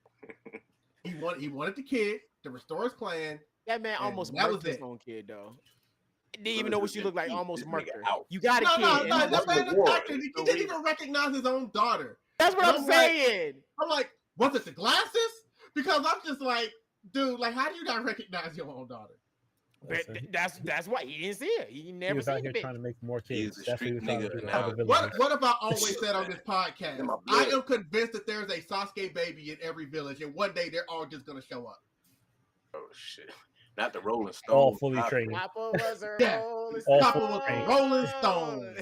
Wherever he laid his hat was his home. I ain't gonna lie, that's a good ass little short. Like, damn, it's a whole little village of Chias. What the They fuck? just gonna show up. One day he's gonna be really down and out, and these Uchihas are just gonna start pulling up, looking at all different shapes, colors, sizes, but they all got them Sharingans though, and they gonna roll for their daddy. And he's just like, what is going on? She got the Uchiha logo on the back. Hey, he ain't see he ain't see none of that, bro. He just saw a straight little kid and went straight for the neck, almost. That's I'm not the my only problem. Uchiha left. The only way there could be more is to procreate. And you've been making it pretty clear since we were kids that you're willing to procreate with me right now. So They ain't playing lately. They say, look, everybody getting a partner and we need kids. Come on, let's go. Hey, pulling a Nick Cannon for sure. they're gonna pop up. The Sasuke reality show is happening. It's happening. Him and his we got a dinosaur arc. I won't be surprised. We gonna get something which else. Which is canon, by the canon. way. Yeah, we know it's canon. Hey, imagine not seeing your wife for a long time, but you just pop up in the front door, beat the fuck up. That's the only time you be able to see your husband beat the fuck up. In fact, that arc is one of the very few times that he actually showed that he may actually care about Sakura. Hey, it took him that long. It took him that long to show a little compassion. The only compassion we get is him in the bedroom with her. That's it. Oh shit, yo, Sasuke is different. He is different. Sasuke or Goku? Who the better dad?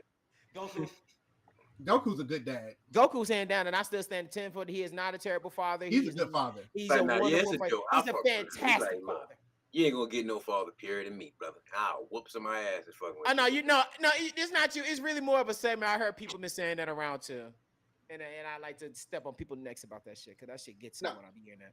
But the reason I brought this up, about Naruto's best friend, because I've always been like, isn't it just Shikamaru? Like, anybody that says it's Sasuke is crazy. But then when I was looking at the poll and they put Rock Lee in there, and I'm like, I get it. They're friends, but I'm not going to say Rock Lee's his best friend. I just think they got a lot in common type shit. That don't mean gotta be best friends just for that. Yeah, then I Rock Lee, don't get me wrong, Rock Lee don't have a lot of friends. Naruto's one of his only friends. Neji was just his teammate, and Tenten could barely stand to be around him half the time. I needed Neji to have his own little segment before they took him out, though. That's all. That was my character I picked. That was my guy. It could have gave him a segment. He'd have had more moves in the game. I need more moves in the game. This all connects. That's why I'm ain't asking for nothing. I'm actually so glad you said that, because first of all, the only one in that list about Naruto's best friend that I thought was interesting was when they had Kurama on there, because obviously they grew to be like super close. He's inside of him. He can't go anywhere. So wait a minute. They said Kurama was Naruto's best friend? There was some people that were saying. Are you fucking crazy? That man wanted to kill him. That was before he changed. At first. They're talking about once he changed. What? Like changed. They got mad close. War Arc / Hokage Naruto. I'm still Shikamaru over Kurama any day. That's not even close. Why? Because they weren't violent towards each other? The man legit was like, yo, I don't give a fuck about Naruto. I'm trying to get out of this body since day one. At first. Yeah, at first. The same way Shikamaru didn't care about anybody when he first got there. Shikamaru didn't give a damn about Naruto. Yeah, after he said that, here's the difference. This is what I'll say. Because y'all make good argument points. You're making great argument points. Absolutely. You are making great argument points. I'll give you this. However, I will say this, though. We cannot forget the fact, though, Shikamaru did show way more compassion support than we did with Kurama. We can't agree on that. Because later on, Shikamaru did show more compassion, and later on, and will do more shit for Naruto. Even when he tried to go rogue, it was like, hey, if somebody kills you, we got to go kill them. Well, he was talking about that just in general, because he said it. He's like, look, we got to be the ones to handle this Sasuke situation. Meanwhile, it's got to be us, because we know if they kill Sasuke, you and Sakura, y'all finna ride. And if they kill y'all, when y'all ride, I'm finna ride. Meanwhile, Kurama is still inside, still trying to figure out what is going on, and do not give a fuck and try to find any opportunity to possess Naruto's body to release all the nine-tailed chakra. Every single time. Look. And at the same time, when he was about to die every single time, he still gave him his chakra and looked out for him. Because he knows if he dies, that's selfish reasons. Oh, well, either way, if it's selfish or not, he still built a relationship. They still built a relationship over time. The only point I'm making is, first of all, I'm still going with Shikamaru, because not only did Shikamaru grow to respect Naruto, he was the first person in the village to start acknowledging that Naruto actually could become Hokage, which is why he wanted to be his advisor, wanted to train to be his advisor specifically for Naruto. He was the one that went and comforted Naruto when Jiraiya died. He wanted to make sure he was okay because he understood where he was when Asuma died. So it's like, look, I can relate. I can go talk to Naruto. And Shikamaru's dad was the one telling everybody, look, y'all just don't realize exactly how Shikamaru sits around the house. He don't do nothing but complain and shit all the time. That's all he does. But when he starts talking about Naruto, like he talks about Naruto around his house. Oh, because his father told him about like the chess game and the will of the fire. Mm-hmm. And all of that. I just said that when somebody brought Kurama into the conversation, I said that's interesting. Yeah, a weird. Because I was like, you can't give me Sasuke, you can't give me Rock Lee, but when they brought in Kurama, I said that's actually interesting. I wouldn't. I couldn't. I give y'all. I mean, it took a long time for this man just to be. No, come on. But come on. Speaking of Sasuke, because I said we were going to put a pin in Sasuke real quick. Okay. Because we know Sasuke's history. Who's your favorite Sasano? All of this. But real quick, because Kameechi, you're the guest, so you always go first. Who was the best written Uchiha in that series?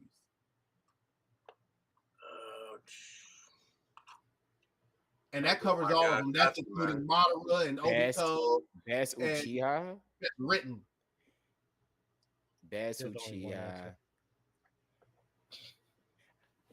Saying in I'm my best- opinion best or in the written. lore? Huh? Written. In my opinion or the lore? Yeah, in your opinion, who's the best written? Everyone's answer Gotcha. isn't always gonna be the same. He's the most. He had a mindset that no one else had. He had a willpower to make a sacrifice that no one else was willing to do. That just shows a lot of strength beyond just mere powers. Did he have to make that sacrifice though? I mean, if he waited a little bit, I don't see why. It's kind of fucked up that the Kages made that choice because they ain't had to do all that. They could have. I don't know. They could have just fought it out for a little bit. They said, "Nah, fuck that. Kill all that off. Kill it Yeah. off." Like, damn. that's it. Itachi's written character literally is, I love the village so much, I'm willing for my entire family to die to protect it. Once you learn what they're about to do, it's like, yeah, and you that Yeah, respect it's to the like, Leaf Village Y'all is about to like, fuck up leave everything. till I die. I don't know. I'm thinking if you could have sat around, you probably could have came up with some other solutions. Or you could have just said, hey, I'm with the Uchihas and let's just overtake this village and just be done with it. They could have exiled them, and they pop off. I mean, they fight Akatsuki, so fight them. You ain't had to- I mean, y'all did Like, kind of ow. segregate the Uchihas. You made them policemen. It's like y'all already know Uchihas, generationally in their personalities got bad tempers. We know this about them. The Uchiggers needed to go. Damn, Trump. Goddamn Uchiggers are taking people's Make the jobs. village great They had again. to put them in positions to get them taken out. They were doing too goddamn much. That's the Boy, problem. I guess Donzo would be Trump. I was just about to say that. I'm glad we're here because I was just about to say that. Besides Toby Rama. Toby Rama was the original hater. And Donzo Toby just took it Rama over did some afterwards. good stuff for the village. What the hell Yeah. Donzo ever do? I was just about to say that. I ain't gonna lie, I need more context on the I second. know that's the Hokage. That nigga Ambu is and all of that Hokage. stuff. He's a racist and he hates Uchiggers. He created the jutsus just to kill the Uchiggers. He Don't worry, experimented more on racist than Uchiggers. And Frieza. obviously, until I give my turn, I'm just giving devil's advocate. But you say you believe that Itachi is the best written Uchiha. Okay, just A lot who of would you valor, a say? lot of honor, abilities. Bro had the sealing sword on deck. Ain't tell nobody about it to the last moment. Like, don't worry about what I got. I got some shit type shit. That's Itachi. Yeah. He got some shit for you. Who you say, Jasir? Madara, hands down. Hands down, Madara from the beginning. He it's like he had Aizen moves already.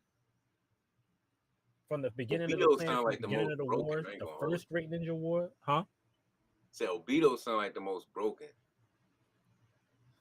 They had to But still who took the roll power away high. from him afterwards? I'm just saying. Yeah, but we didn't say the most powerful. We said the best written. Yes, written. He was there from the beginning. Yeah. He was there from the beginning. The beginning. Hey, look, Madara literally named the village. The village hidden in the lead. He came up with that. That's me right there. Then the Uchiggers haters started coming through and, setting up plans for later actions to take against the Uchiggers. When all the Uchiggers wanted was just to, all the Uchihas wanted was just peace. So much peace that he was willing to put everybody to sleep. Imagine waking up in your $1,000 home, realizing that, damn, I'm broke again. After I was having an excellent dream.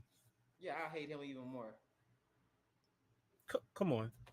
I would. And that was his it. plan all along. I would hate it. Hey, if I had Did a they good. find another way to get the Mangekyo without fucking killing your closest person? Yeah, Yeah. yeah. They did. Yeah. I mean, Yeah. generationally, they felt like the way to do it. Obviously, Sasuke cheated. He just took somebody else's eyes.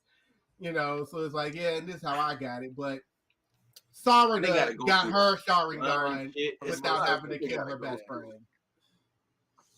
just for the sake of their power. Because they Because say it was always fueled off of hate, but it turned out it was actually just fueled off of emotion. emotions. Because Yeah. Sarada got hers off of love instead of hate. Mm-hmm. Checks So out. it was actually It's just another end of the emotion, not spectrum. hate. They just assumed it was hate because Uchihas are a bunch of hateful bastards. Mhm. It was really strong emotions. Thank you very much. So y'all Gosh, some emotional ass motherfucker. All right. All right, I mean, sir, listen, your whole tribe was fucked up. sir, who was the best written Uchiha? Yeah, I say Kakashi. It'd be knitters, bro. I'm joking. I'm fucking with you. I'm fucking with you. I just want to say that. I just want to. You knew what that was gonna do to him. Sorry, that was not me 5 seconds ago. Actually, go listen to my new song. It was not me 5 seconds ago. I apologize. Tour starting in Never worry 2nd. I just like to say I apologize, Temporary and second. I can't wait for y'all to hear my apologies. Back to you guys. Yeah, thank you so much, Siri. So give me a real answer. Okay, we all know Kakashi is not a real. Is never a Uchiha. We knew that. I would say it's hard because I mean, you have a lot of background characters Uchihas, and you have some mainstream Uchihas. But just stories and written and stuff like it's you don't really have much of like a great written. So I'm gonna stick to the safe field. I'm gonna say Obito. And I know some people would probably look at me kind of crazy. It was like, oh, why would you pick a person who fell in love with a bitch who never liked them back? I get that.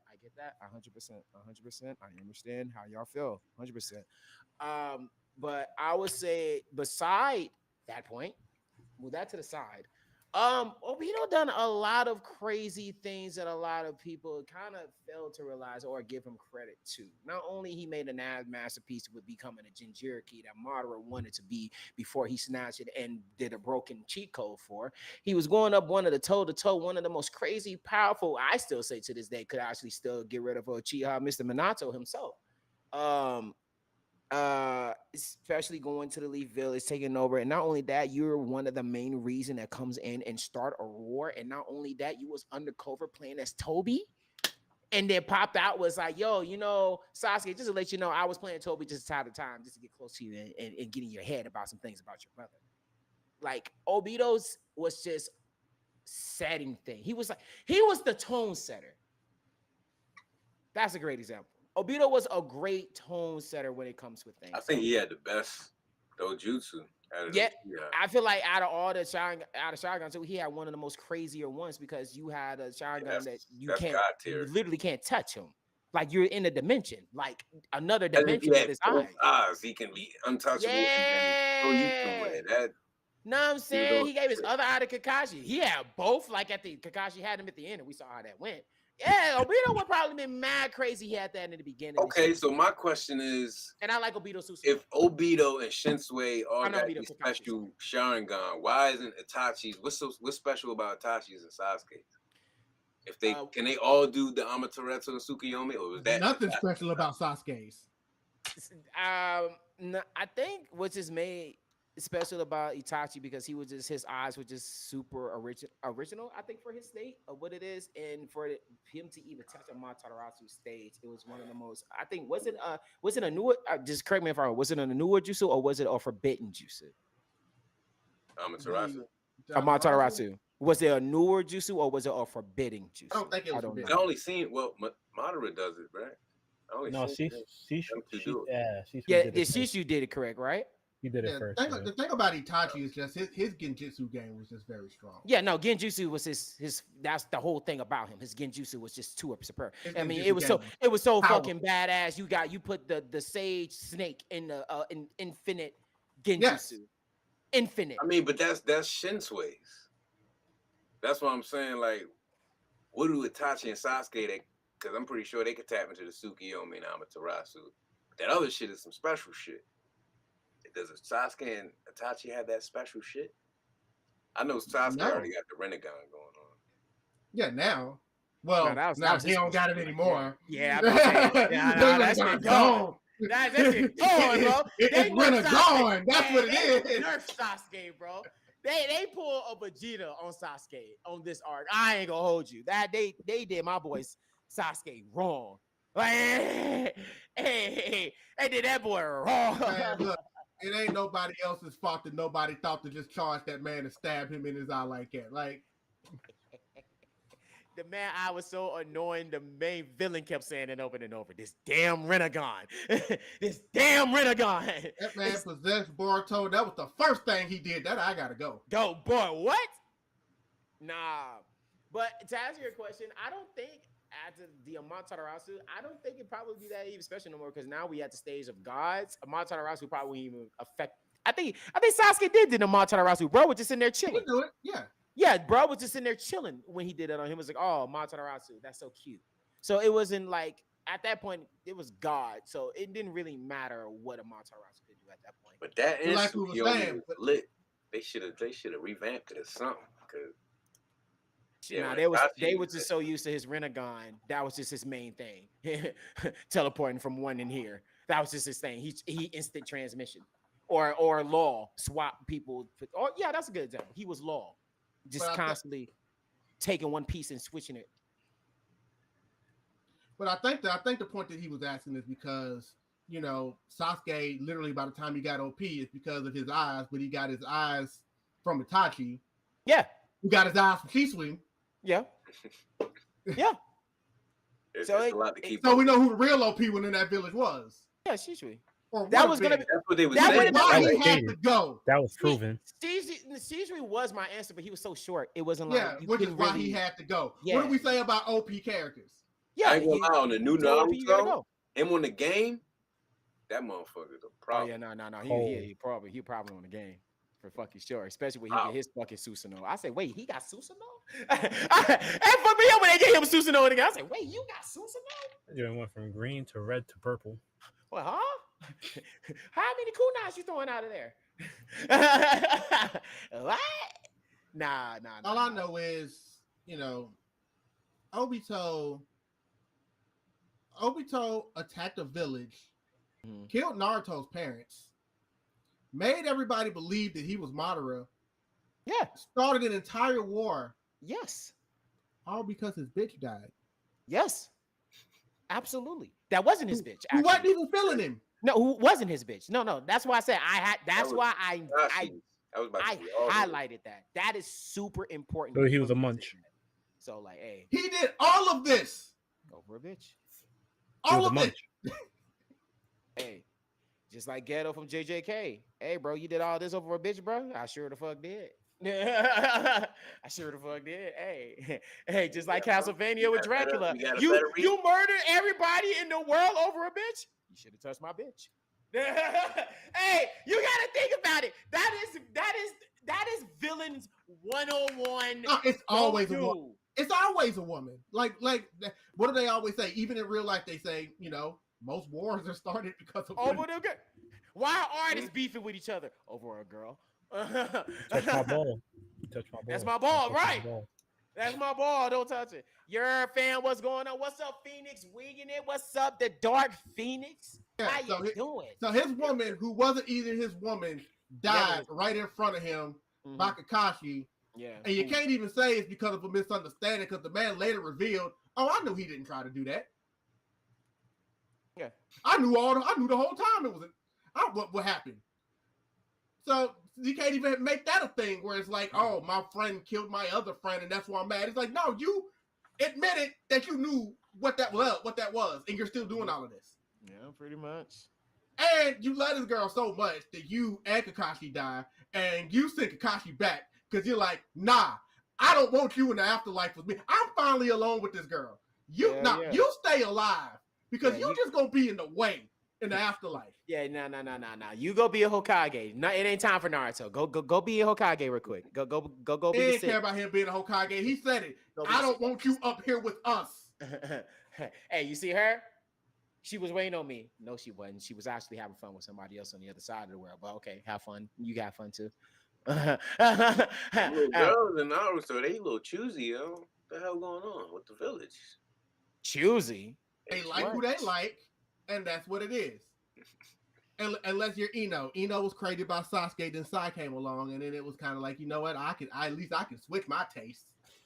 But Even though their biggest thing with this Sai kind of looked like Sasuke. I was just about to say that.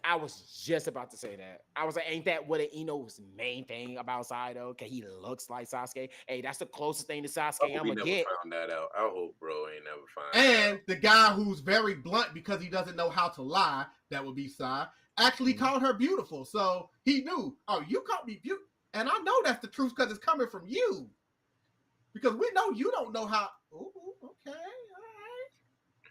All right. Yeah, Hold on. This boy in my DM said I'm pretty hot. She thinking that I'm pretty. He called her beautiful, and that was it. Cause we know he's blunt because he was calling Sakura ugly every chance he got. That was another plus. Damn. Siri, damn.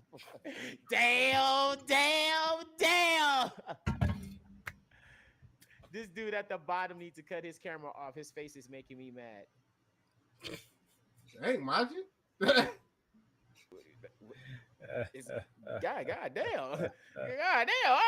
Why? Damn, Margin. Don't be a boo right now. All right. And he kind of is. He said he don't like your face. I hate the way that you walk, the way that you There's something about this area right there.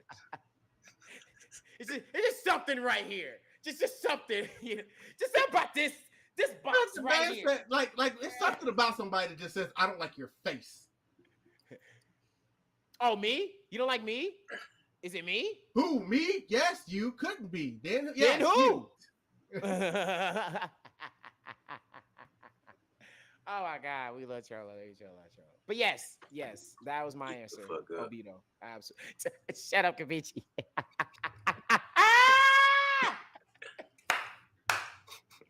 Hey, push the button! The podcast is real. The podcast is real.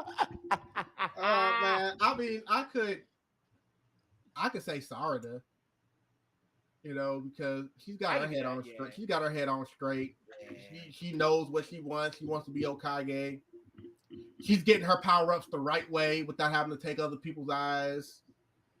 I mean, yes, she wears glasses, but that was explained in the books. I know. Yeah. She... Wait, what's your theory? Oh no. What? Go to the future, picking cop-out answer. You talking about stupid. Reach to the future and shit. Hey, Sarada is here now. We don't care about now. How many of us have made it? First off, I couldn't make it past the dinosaurs. So I'm still gonna hate until I finally catch up. Okay. Respect. Gonna hate until we finally catch up. Respect. Hey, you know what? The main event has been a thing that has been plaguing a debate in this Naruto community forever. So, Kameechi, I need to go ahead and get your thoughts on it because one person that we know has re-brought this back to the limelight.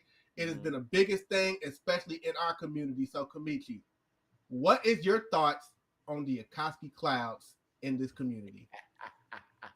This is the final topic of the night. The design of the joints? The Akatsuki clouds in the quote-unquote stranglehold that they apparently are supposed to have on our community. Do you have a problem with everybody always wearing Akatsuki merch? Do you have a problem with the clouds? Do you think we need to stay away from them? Should we stop wearing them? Wow, we just getting started. Why are we going to start, being shy about started? Hey, hold on, we just getting started. Wait, what? Wait, why are we all looking for our Akatsuki drips? What do y'all do? Clouds is out. Our life. Come on now. What is going on? Everybody spout was like, y'all know where I stand. You know what? This is what I want you to do, Aug. This is what I want you to do. Just take this clip, tag Rabzo Petty, and get ready for his response. That's a fact. Non-chat. In fact, I was going to wear my Akatsuki cloak, but it's not in my closet. I don't know what happened to it. Man, it's in my. Don't forget, I have it. Me and my little mamas with the clouds. It just look right. Of course you have it. I have it. I have your Akatsuki. I was. Of course you do. I forgot to bring it back, but it's in the suitcase as we speak. Okay. At least I know where it is. Because I was like, where the hell is it? He said, what did I do? Oh, no, it was me. You brought it over to the house one day. I forgot all about that. But yeah, you're right. now, I need you to say that again, Kameechi. What you say about the women in these Akatsuki clouds? Ooh. What you say? I thought you said something about the women in these clouds. Because I've seen some of the outfits they wear. Oh yeah, I was talking about Little Mama. Yeah, Little Mama. Girl, like I said, you popped that on us right before the podcast started. Mm-hmm. I had to cut it because they gave it to me. The shoulders was mad tight. I had to cut it. Oh damn! So you had your own cloak, huh? I mess around, cut a little tablecloth, and go blank man on my face. Okay, hold on. He made his own Akatsuki member cloak. Hold on. Hey, that's different. What y'all doing out there? I ain't make the whole joint. I ain't about to take all that. I just cut up what was sent to me because they fucked up the shoulders. Okay. Hell, who the hell got them little ass shoulders? I got these. I couldn't even move in them bitches. Like, God damn. Other than that, it was great material. I ain't gonna hold you. Great material they used. But them shoulders, I'm gonna need y'all to get right on them shoulders. Yeah. A little mouth. Real quick, no limit in the building. It's going good. Here's my thing about the Akatsuki clouds, and I've said this about anything. Anytime someone's like, "Oh, it's got a choke," people say it got a chokehold on our community. It's like, first of all, if I want to wear something, I'm going to wear it. I got Akatsuki shoes. I got an Akatsuki cloak. I got an Akatsuki hat. I got an Akatsuki shirt. I got an Akatsuki tie. I am dripped out in Akatsuki. I got Akatsuki socks. I'm dripped out in Akatsuki anytime I want to. Akatsuki is a brand. You don't see me running around telling people to stop wearing Nike. Oh, there's too many Nike logos on everything. Stop it. I'm not doing that. Akatsuki is a brand, just like Nike, Adidas, Reebok, or anything like that. So what's really the damn problem? What about Jordan? You didn't say Jordan. Problem is, people want to ruin people's joy. That's the problem. Hold on. What about Jordan? You say that about Jordan? Jordan too. It's just I was just naming stuff off the top of my head. Jordan being hella boycott. They put a whole block on this man's statue of Jordan shoes. I'm like, but the point I'm saying is, it's a brand, just like any other brand. You know, if we're gonna tell people to stop wearing the Akatsuki clouds, then people need to stop wearing the chopper hats. You know what I'm saying? I'm gonna need people to stop wearing the shirts with law symbol on it. You know, I see people wearing straw hats at every con, or even just walking down the street. We're getting rid of straw hats too. One Piece too popular. That ain't happening. I'm a big fan of not giving up. One Piece too popular. About what other people think. You asking the fucking pioneer of people to stop wearing what's popular right now. That's what I'm saying. And it is not our fault that the Akatsuki cloud design is fire. And it looks good, and it is a brand. I like it. And Naruto's my favorite anime, so that helps. But I like it because it looks good. I like it on me. I like it on others. Damn show liked it on Kiko. I love the Akatsuki stuff. Look, I can understand. I'll say this because I can understand both sides of this. I can understand both sides because I like the way that you brought up the One Piece, but it's kind of a little bit lower because One Piece is way too much popular. That's what it is right now. Even though it has been out for a long amount of time, but people just now starting in on it. But that's just a different topic. I feel like when it comes with the Akatsuki clouds and stuff like that, I can understand both sides because when Naruto has, we all can agree that Naruto has definitely when it comes with swag, Naruto definitely has a chokehold when it came with the swag of the culture of the outfits of everything that was going on. When even before it got too popular in the streams, before the Akatsuki clouds, you really have people was kind of wearing the Uchiha and the Naruto's a lot as well. I remember those. My headband is over there right now. I was about to say the headband was part of the culture as well. So I can understand in that matter. I just feel like when it comes with Akatsuki, I feel like when it comes with them, it just becomes to the point that people just feel like you drag it a bit. It's like you go somewhere and that's all you constantly see every day. It's like you walk, and it's not like something that you just, not just a convention. You could just literally walk outside and you just be like, boom, Akoski and stuff like that. So I can understand both sides of the field, because one side is like, bro, I can wear what the fuck I want, and I like the Clouds is fire. But the other side is like, bro, it's been around so fucking long of time. We can find something else to replace it. And then when you brought the One Piece, it was like that shit has been around for a long time, but it just got so popular to the point that people are going to love the Straw Hats. And people love the Akatsuki, but there are people out there where it's just like, okay, you glazing the Akatsuki clouds so much. Because don't forget, it wasn't just Akatsuki people earlier. It was really more people of Itachi more than the Akatsuki clouds. Right, but they love the design, and a lot of people's it was problem Team is- Itachi, and then when you saw Itachi walk to the door, he was with the I cloud. mean, you know, he had the It was hands yo, hanging out the joint. yeah, that was like when you saw that, it was Team Itachi with the cloud. So that's what made a lot of people love the cloud, because Team Itachi for life.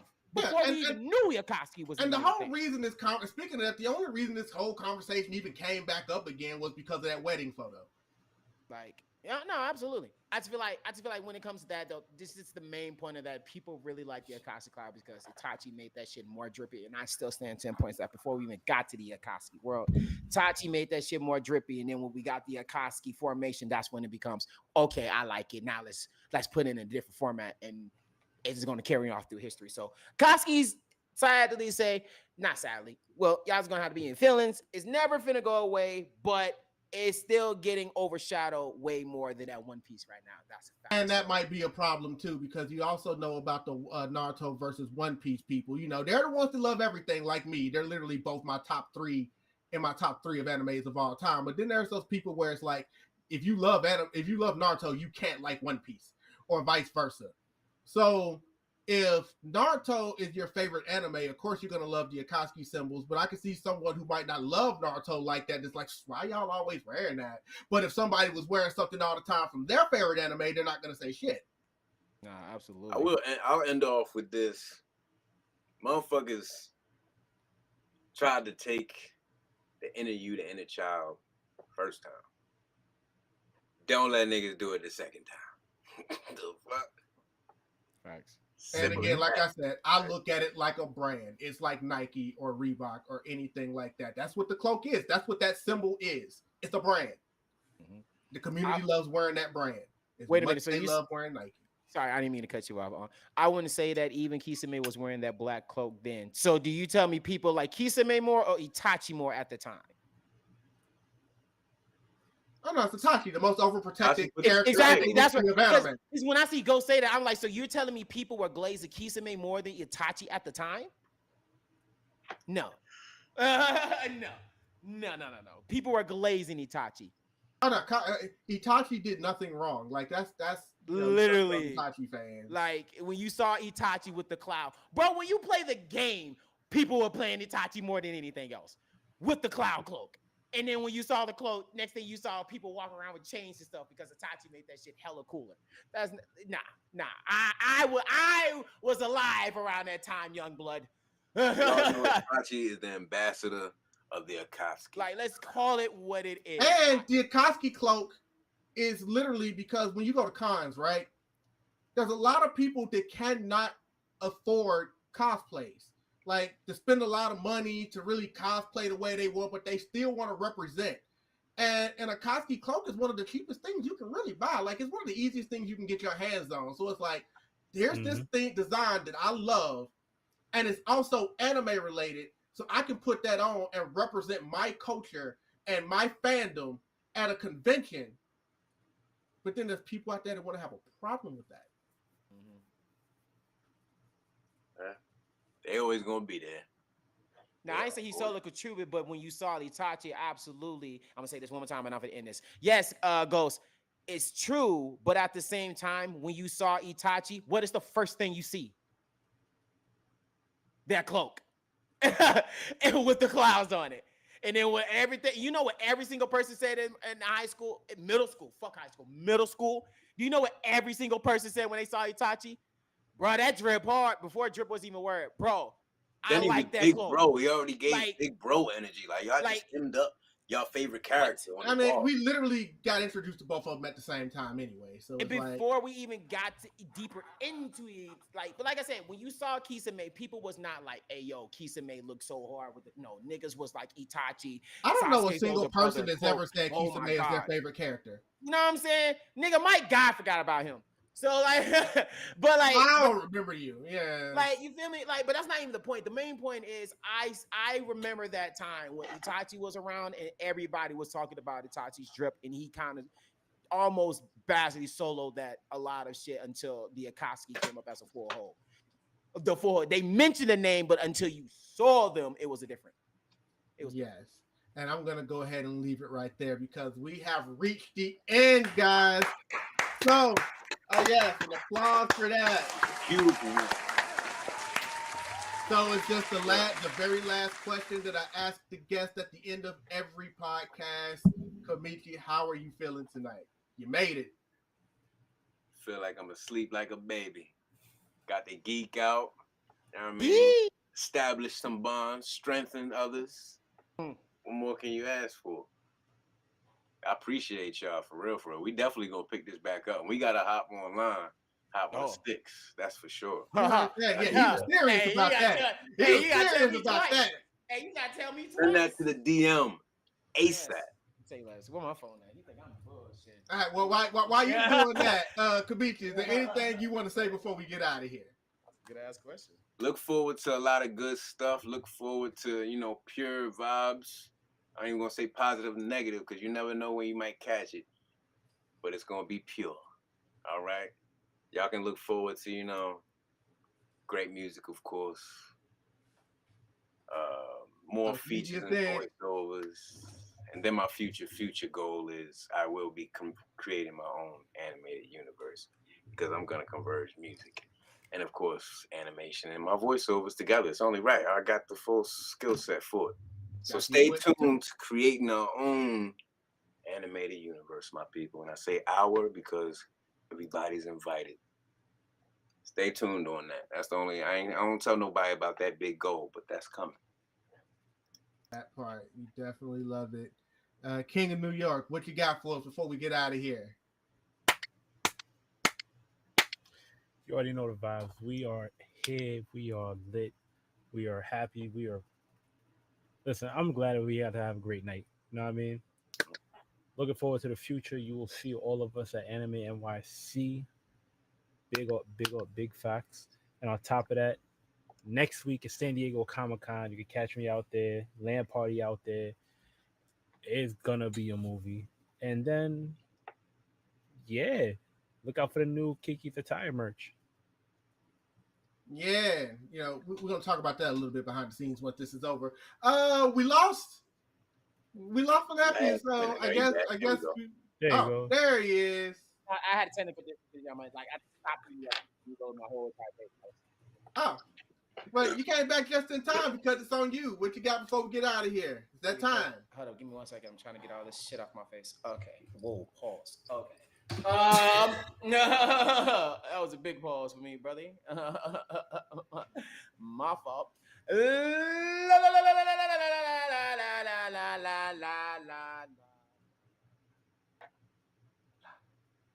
All right, y'all already know it's that time of the week with your boy. Yes, sir.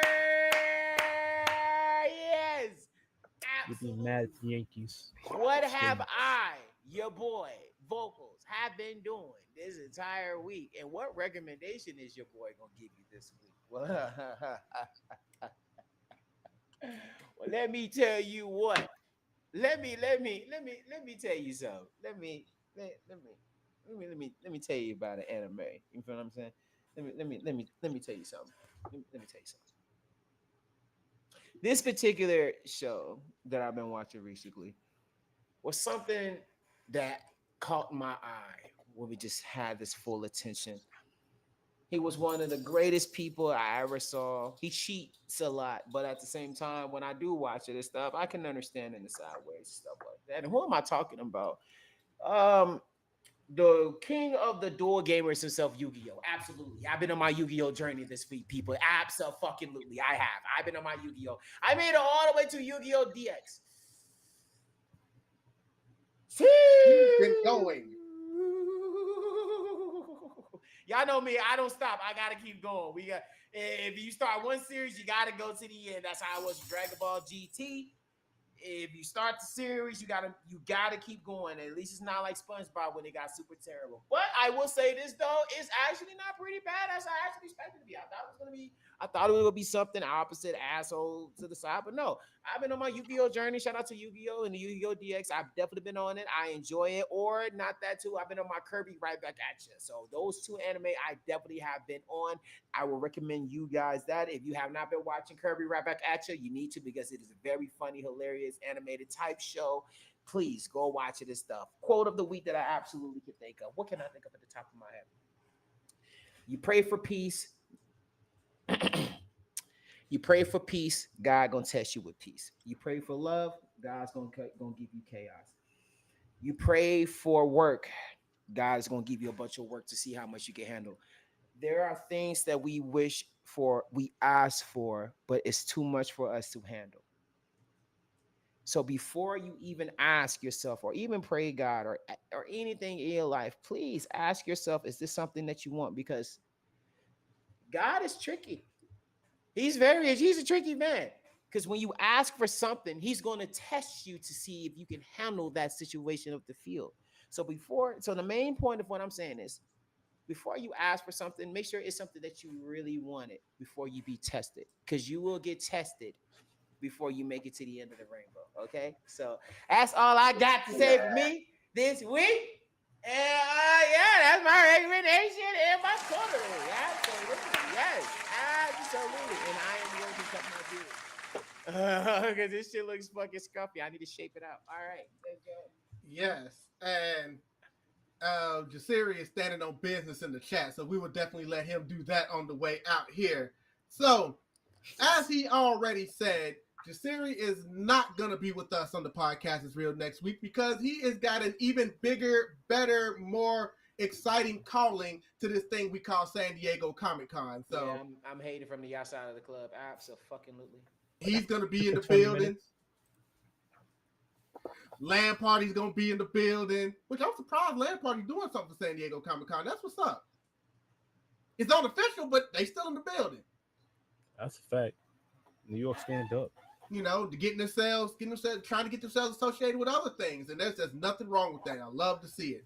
So while he's going to be there, my nephew and I just going to be up to us to interview this queen next weekend. So we will definitely take care of that in his absence. Although he may just show up IRL like he always does. You never know. He might still pop in to the podcast, even on location in San Diego.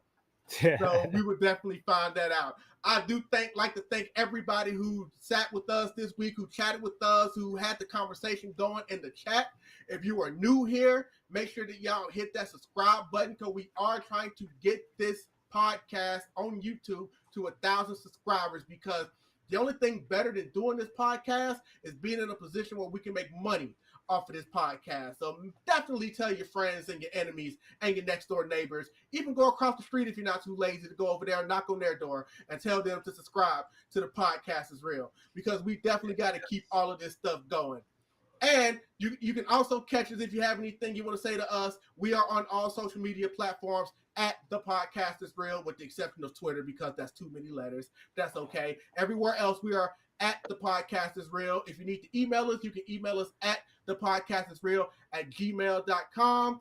And we continue to bring all of the greatness to you going forward. So, for the King of New York, Jasiri, for my nephew and co-host, Vocals, for our great and multi-talented guest over here, musician, voiceover actor, director, producer, Kameechi. I am your host, King Drell. We will see you next week. And remember, the world might be crazy, but the podcast is real. And it's us against the world. I'll see you next week, guys. Salute. Yeah. Get in here, y'all. Staten Island.